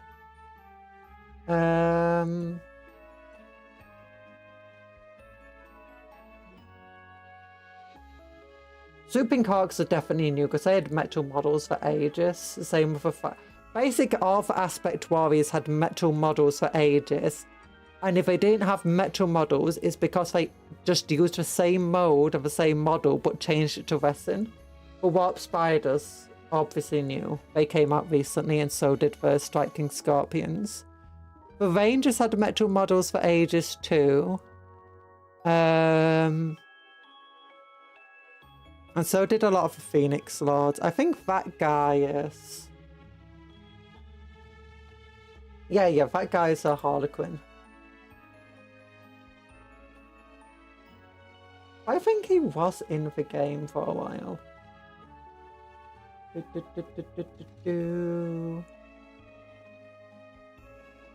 Oh, the Elder models are quite as a cool model. Very cool. I always liked these guys. But not as powerful as they used to be. They used to be extremely overpowered. Like to a point where someone brought a squad of them, even in a large game, and they only brought 5. You're like, I'm not going to win this game, am I? Because they could just wipe units off the board. Like every single turn, they could just wipe a tank off a board. They could wipe an entire squad. Like as a squad of 30 boys, it's gone. As a squad of 10 Terminators, it's gone. That's a Baneblade, it's gone. 5 of them. They were absolutely insane. That's back when Games Workshop, they didn't care really about balance and every single new army was just so overpowered, it felt like. Not every single one. I remember Dark Eldar came out, they had some really, really good killing potential, but they still were so fragile, it was really hard to play them. Necrons dominated for ages once they got their croissants. Our codexes actually were rarely overpowered. Like, I remember for Arcs, when they got their stuff, they were just like, it was cool, it was fun. Some of the weapons did hit a bit harder than you would really expect, or whatever. It was a bit imbalanced, but they didn't get to the same just level of, yeah, I'm not going to win this because they've got this. In part because some of the most dangerous weapons just had a chance of blowing itself up, so... Doom Spinner, D6 plus 3 attacks, Ballistic Skill 3 plus, Strength 7, AP minus 1, 2 damage, Blast, Indirect. Ooh, it's indirect, that makes it a lot stronger. Twin Linked, ooh. Hit by the Doom Weaver, so the minus 2-inch move. Okay, that's actually pretty decent. That's probably the best stat line it ever had, but I think giving it death wounds some way would be really cracked. Hiccup.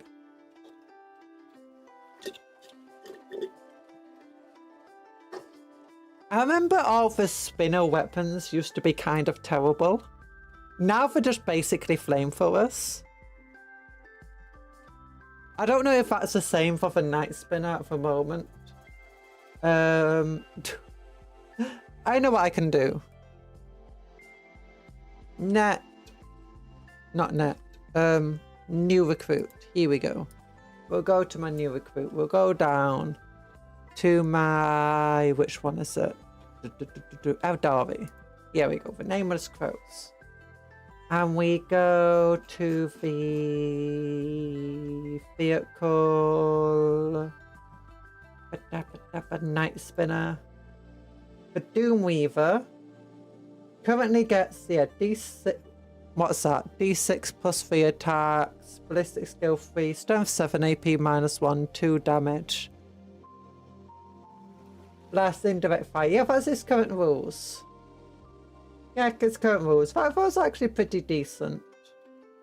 The main issue why I wouldn't take this is quite simply, why would I take... I don't need anti-infantry in my tanks, basically. I need anti-tank. Like, we've got so many ways of just killing infantry and space marines and everything else.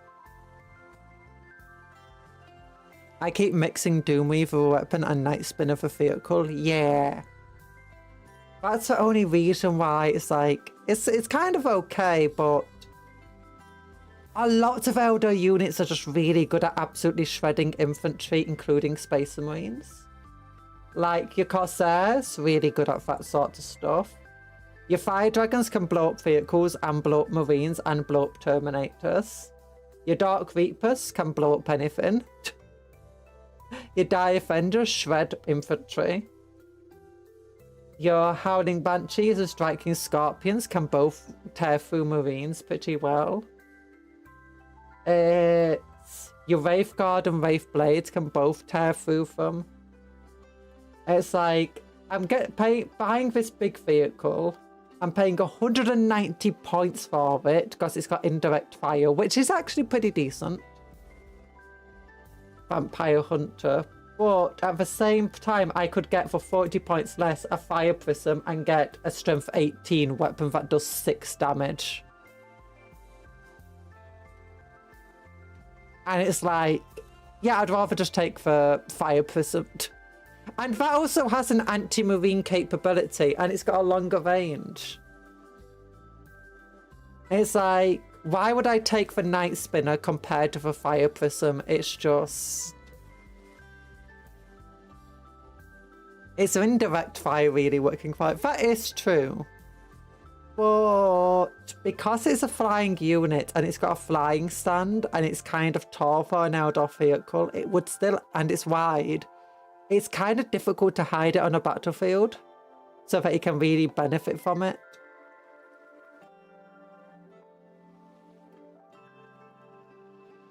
I'm not saying that you can't, but it's just the fact that you're paying 40 points more than the fire prism that's got a 60-inch range. So in theory, you can literally just put it in a place where most enemy units can't even target it, and it can still target them because it's just outranges them, especially in larger battles.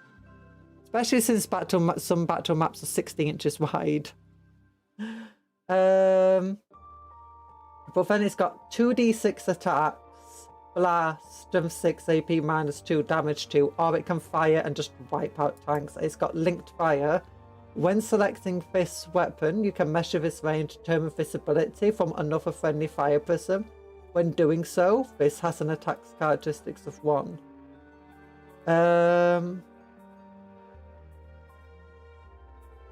Oh, that means, yeah, you can have... That means you can hide this guy and still get your shots off. Or at least still get your big, powerful shot off. So in a way, this has an even more powerful, I say an even more, it has still its own indirect fire capability. Oh, and it's also it can take the shuriken cannons and catapults and stuff, so it can still tear through weaker infantry. Each time this model is selected to shoot, you can reroll the hit roll, and you can reroll the wound roll when resolving those attacks, which makes it even more powerful. It's just at that point, the Night Spinner has a lot of heavy lifting to be able to compete with taking it over Fire Prism. It's like, Eldar don't really lack anti-vehicle capabilities, mind you. But there's a lot of things that can wipe out infantry as well, if not better than a Night Spinner can. There's not a lot of things that can wipe out Imperial a vehicle as hard artillery as vehicles this. laughing in their 240-inch range at some point. Pretty sure I've heard that people would shoot other tables. Yeah, that's actually one of the things. It's like, you wouldn't see basilisks very often in a lot of games until it was an apocalypse game and like all the tables in the shop were put together for one massive game and everyone suddenly brings basilisks. But I mean, okay, yeah, basilisk and Imperial artillery, but still not that much that will be able to fire at the fire prism. You gotta go now. Okay, bye-bye, Paint Games. It's nice of you to pop in. Honestly, I should be ending soon too. I mean, it's like, I'm not really a meta player, mind you, or a competitive player, so I just generally take the things I think are cooler. I do know that I feel like I'm lacking in my army. So in this army, the main thing I'd really be lacking is anti-tank. So if I'm going to take any tank stuff, it'll probably be that sort of stuff. And with that being said, it's like, why would I take a fire prism when I can take a falcon that has a bright lance on it? I could just take multiple bright lances. To be fair, I'm probably not even going to build this army fully. I'm not even sure I like this army with how it looks right now. Oh yeah, let's look at Wind Riders here. Yeah, we got 2 wounds of a toughness 4. Shroud Riders for Ranger version, which has 3 wounds, yeah.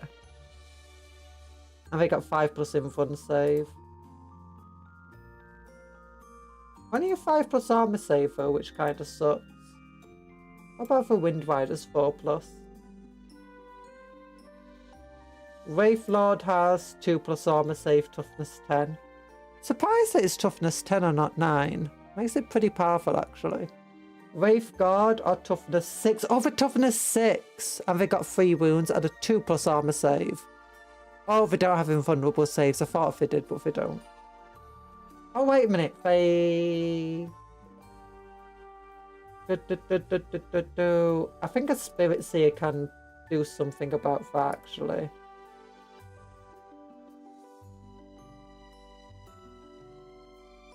Once per turn, when this model ends the move, select one friendly Wraith construct within 6 inches. Weapons equipped by it have sustained hits.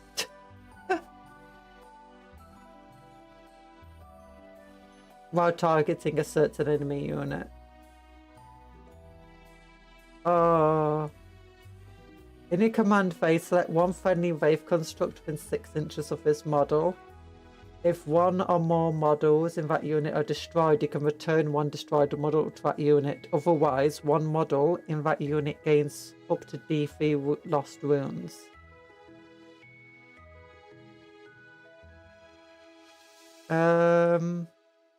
This model has lone operative. Yeah. It's a pretty cool thing. I love the Basilisk back when he could take them in 3 model units. Remember when you could take a unit of 12 Lehman Russes, or was it 10 Lehman Russes? It was only for Apocalypse games, but you could take 10 of them. It was absolutely insane. Hellhounds could also come in units of 3 at one point, I believe. Which is a bit annoying because I do have 4 Hellhounds.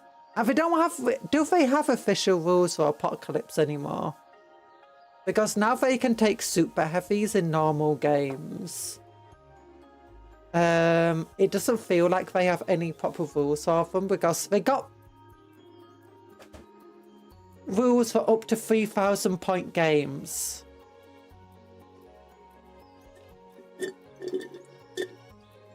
They don't have rules for over 3,000 point games.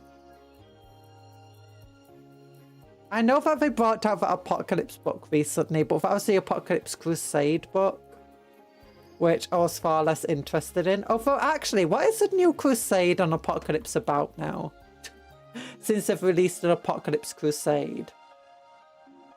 Wait, is that book even still available, or is it only a limited edition version available? Like, if I go to 40k and go to rules and codexes. Codex, codex, codex, codex, codex, codex, codex, codex, codex, codex, codex. It's only codexes, it looks like. There's no Crusade books.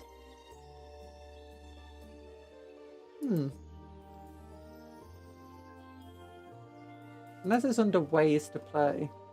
Combat Patrol, narrative games, Crusades. Oh, there's Crusade Armageddon.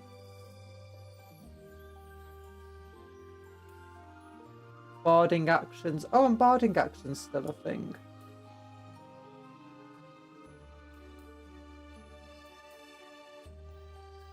Matched play.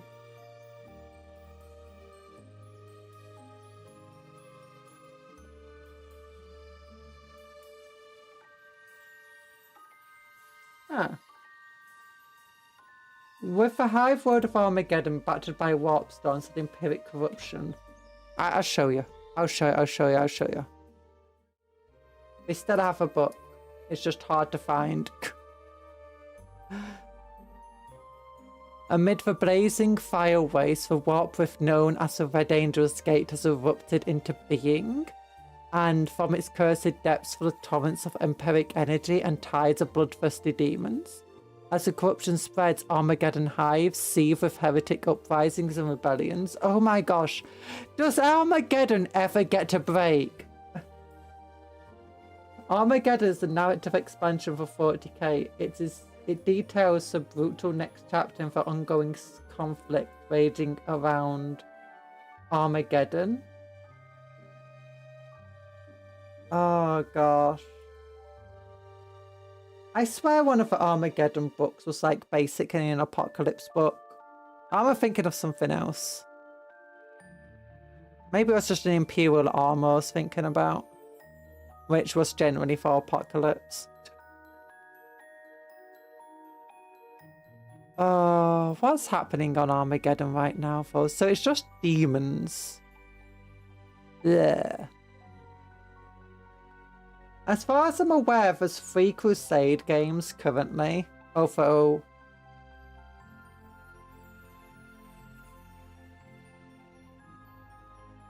My sister in Christ, it's called Armageddon for a reason. It's always having an issue, they just call it a Tuesday. They just call it a Tuesday. Oh. Oh, here we go. Nakman Gauntlet. Oh, look, Night Lords. I thought they released an Apocalypse book. Maybe I'm just thinking of the Armageddon book.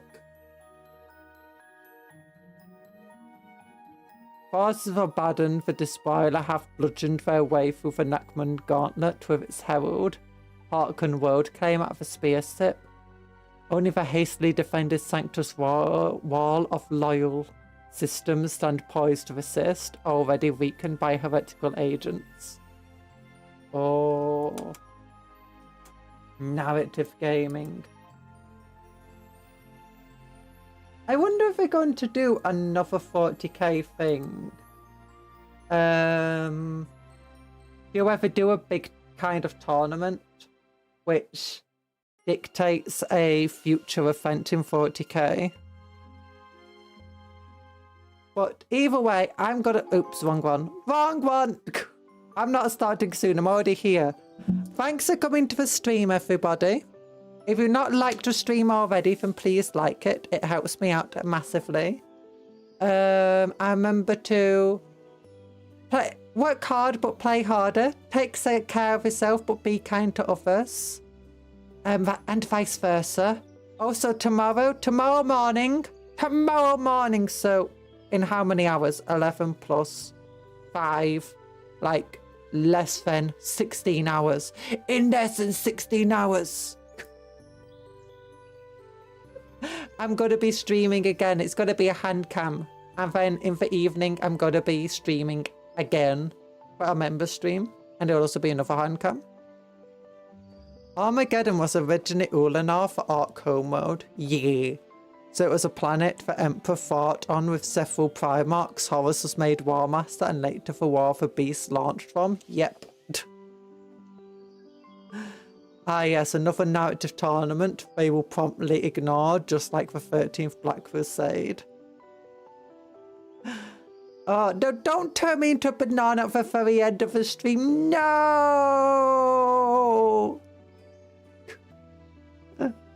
Now I have to leave my VTube studio and mix it up open for 5 minutes. So the command will fully evolve. Oh gosh, but. Nah. I do kind of like the ways you go, okay, this campaign went definitely the wrong way that we didn't expect. So we need to have something. So he's like, okay, Abaddon lost the ground campaign, so he just had a hissy fit. And he lost a Black Fortress but blew up Cadia.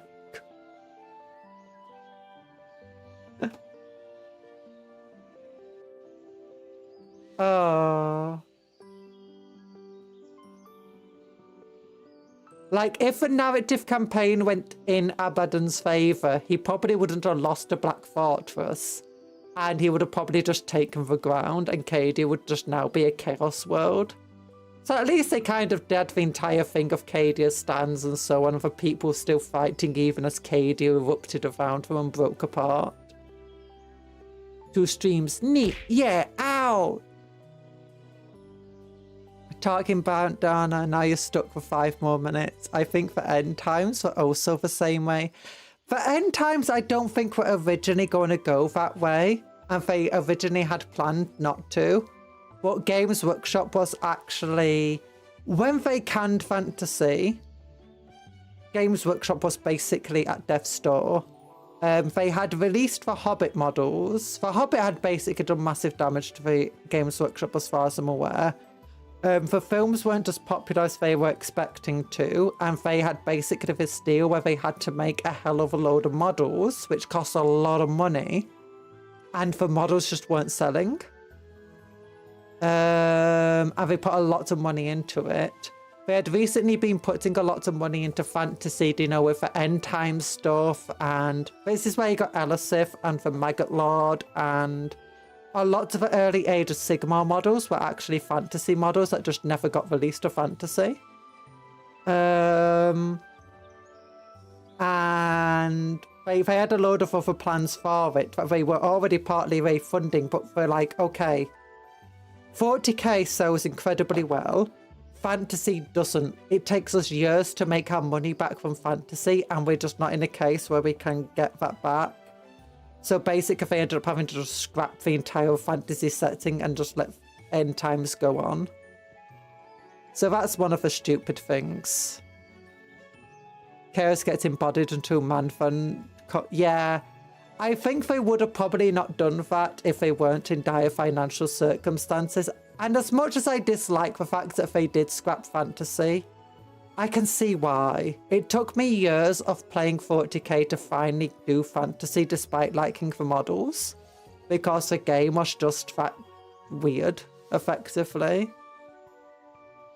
Like, different from 40k. Age of Sigmar is a lot easier of a game to get into. It's a lot cheaper to get into too, because you don't need as big of an army. With fantasy, you needed like these huge armies, like you needed a single unit. It's like, your unit's this blob of models, like 40 models or whatever. It costs a lot of money to do that.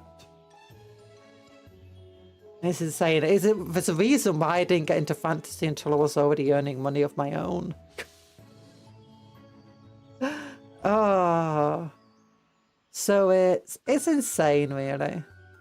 But whatever they did, as much as I dislike some of the decisions they do, it's very clear that Games Workshop, through these decisions, has managed to go from a company that nearly died to a company that, you know, is succeeding as it is now.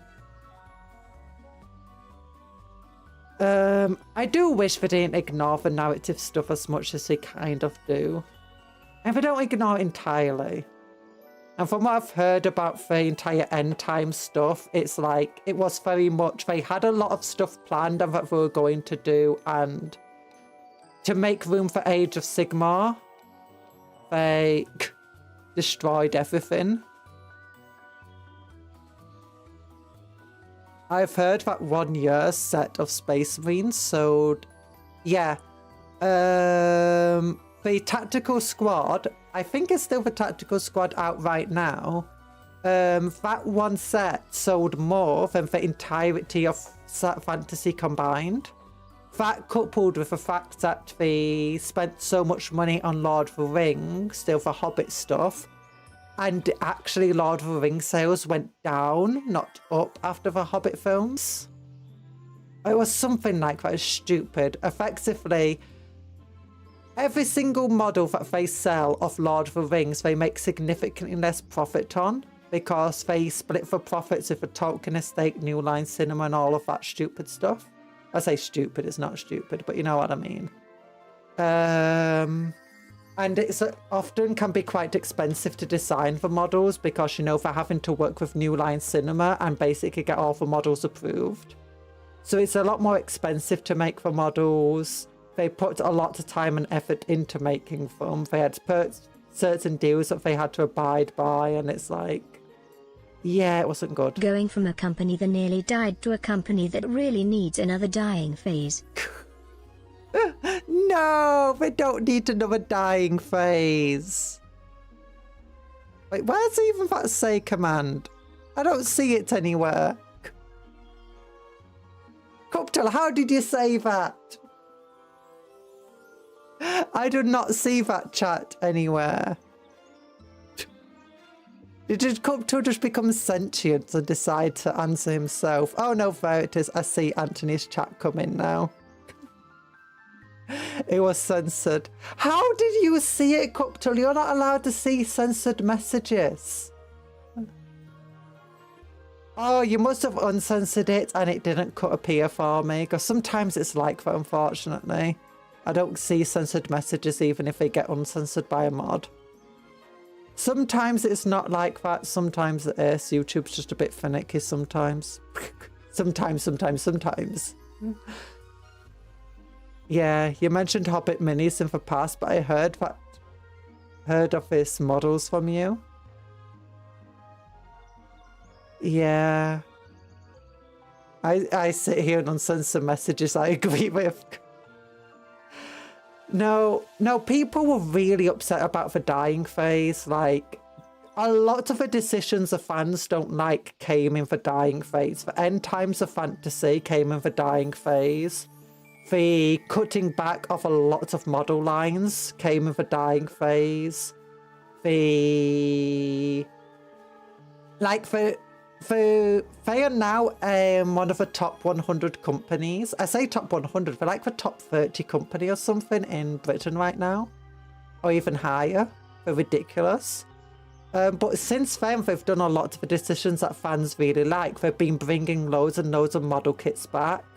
They've brought back the entire Old World line. They brought back the Chaos Dwarfs. They brought back the Leagues of Photon. They've been adding model kits all over. They're not doing as much as people want, but Warhammer fans are always extremely demanding. And sometimes they make mistakes, but yeah. And some of the decisions that they made are like, do you know the entire Primaris line? I think that came out in the dying phase. And a lot of the designs that they don't like, do you know how sterilized, they call 40k really sterilized right now.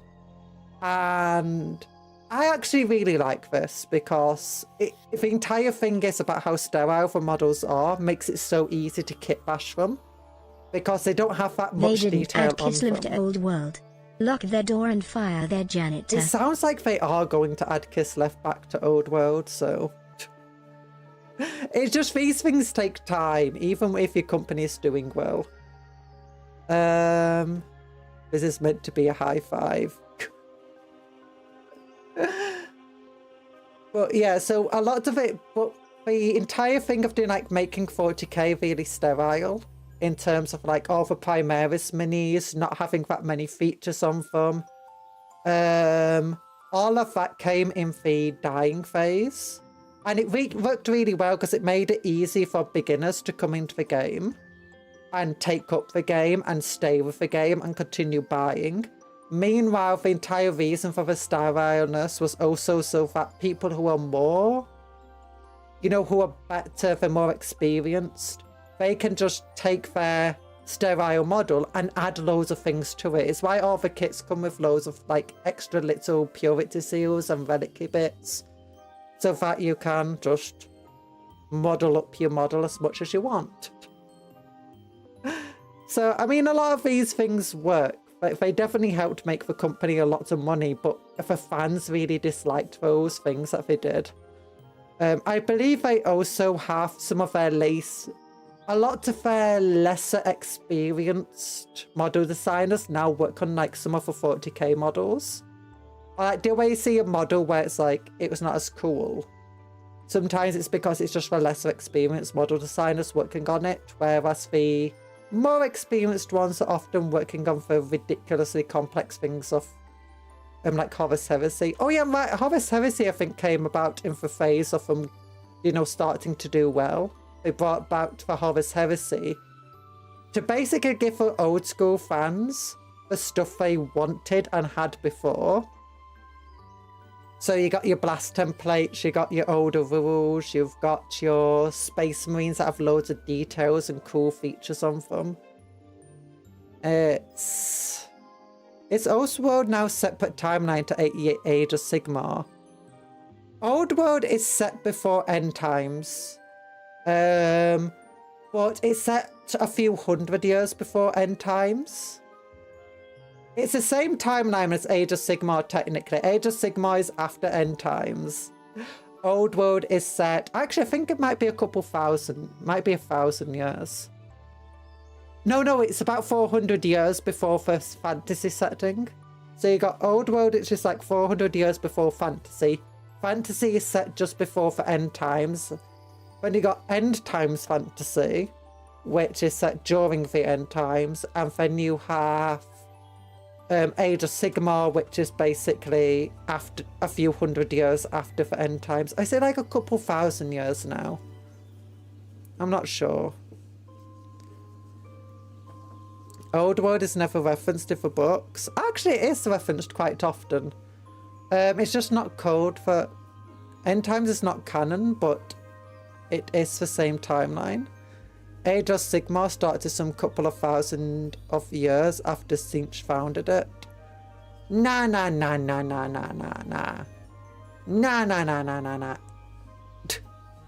That's what Tzeentch wants you to think. That's what Tzeentch wants you to think with Age of Sigmar. Okay, maybe Age of Sigmar is actually set differently now and a completely different timeline too. I don't really know much about Age of Sigmar, so... Couple of millennia Age of Sigmar referred to Old World as the world that was. I don't think anybody... I think Age of Sigmar is a setting... It's technically still meant to have been after the end times, but no one in Age of Sigmar remembers the end times anymore or remembers the Old World. I think that's meant to be it. Other than a few characters like maybe Tyrion and stuff. I think Tyrion's still alive in Age of Sigmar. None of the books I read. Yeah, I don't think they are, because I don't think anyone remembers the Old World, and like a lot of history is obscured. Like we saw the entire thing of Hashut. Hashut has come claiming to be a ancestor god of the dwarves, but he isn't an ancestor god. Or at least, you know, we know he isn't, but the Chaos Dwarves don't know that, or the followers of Hashut don't know that. Nagash and Teclis. I think Nagash technically founded Age of Sigmar, apparently. Like, he created the realm of the dead or something. And then it's unfair where the other realms are created by the other gods. All the Sigmarines that are warriors of the Old World, yeah. Basically, all the death characters in Chaos know of a world that was. Pretty sure the new Ever Queen, because she's a cyclic entity. I think there's still some, like, Teclis or something is still around and can remember. And I think Sigmar remembers. But the issue is, it's like, even for Sigmarines... the Stormcast, they lose their memories every time they're reforged. So every time they die and get reforged, they lose some of their memories. And I think like none of them remember the Old World anymore. Or something like that.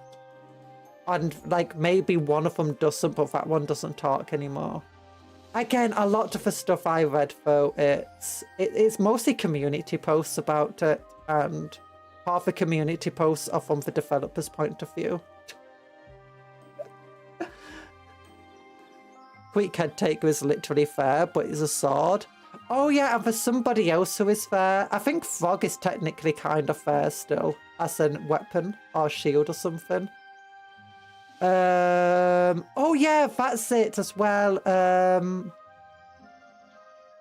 Oh, Sigvald is still fair. He came back. He although he died in end times, he actually survived. Like his soul was sucked into a mirror or something. And Nagash kept it hidden away until Slaanesh found it, and then somebody else found it, and he managed to finally break free of it, and his soul took physical form again. I did read about that. You think Games Workshop would have brought it back? Was an alternate timeline where the end times hadn't happened? There is actually two timelines for end times. The first is the original one where Chaos did get bodied and everyone survived. Well, I say everyone, a lot of people died. And that was the original timeline that they were planning to go with. But the new timeline is the Age of Sigmar timeline, end times.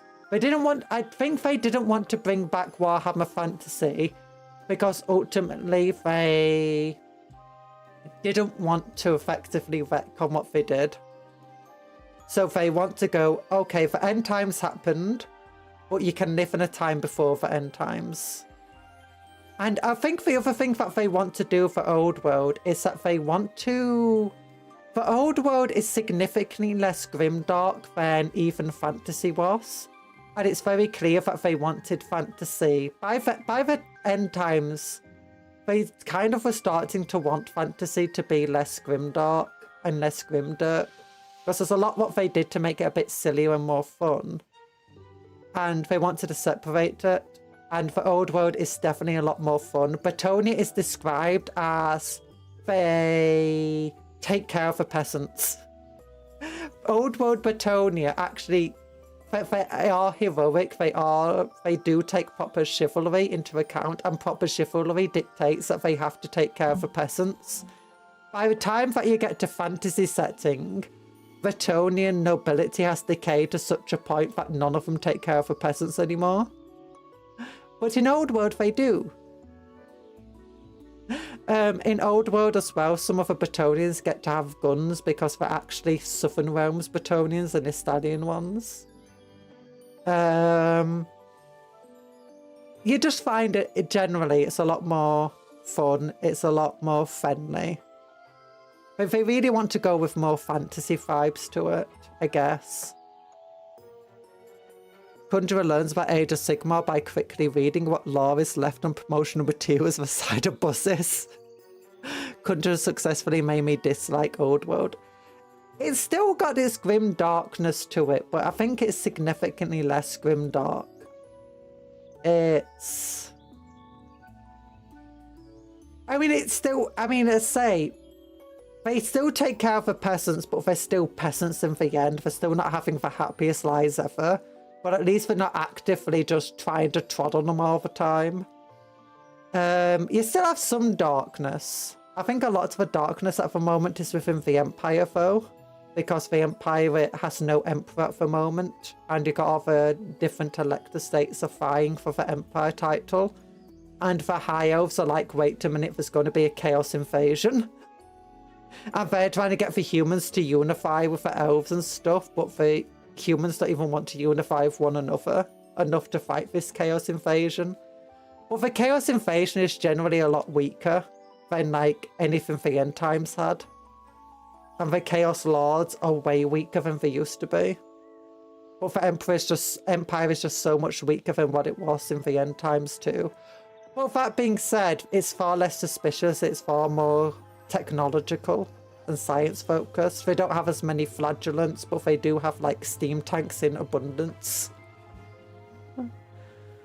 I'm throwing away my general now. No! Oh, it's fun. I enjoy the Old World. I do think some of the lore changes is a bit weird, but I do like the entire thing of it's like, yeah, deal with the steam tanks for always more than 13 of them. This is why they could keep finding new steam tanks to send into battle. It's like, even if you read the old lore, you just anybody who paid attention to the old lore constantly found discrepancies with the idea that there's only 13 steam tanks. And it's like, yeah, what's purposeful? It's just people are suspicious, and steam tanks became such a rarity, people thought there were only 13 left. And thought there were only 13 to begin with. But it's a bit like dealing with 40k. It's like, we can't even build this anymore, and it turns out there's a Forge World that's still pumping out like Titans or something that they didn't think they could build. Oh, GW should have only sold 13 steam tanks in total. No, never!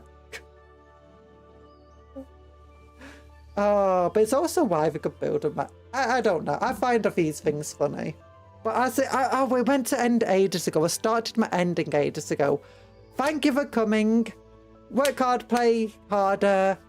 Take care of yourself. Be kind to others. And vice versa. Work and also eat good food. Sleep well. Dream of cupcakes, but don't eat cupcakes. Because cupcakes are friends, not food. Also drink plenty of cola. Whee! No! No, Bob! No, that's Empress Right Ball doing it, sorry. Bye-bye. Oh, no. No. With a plaque, everything like a manta. Everything loves mantas. What about mantas?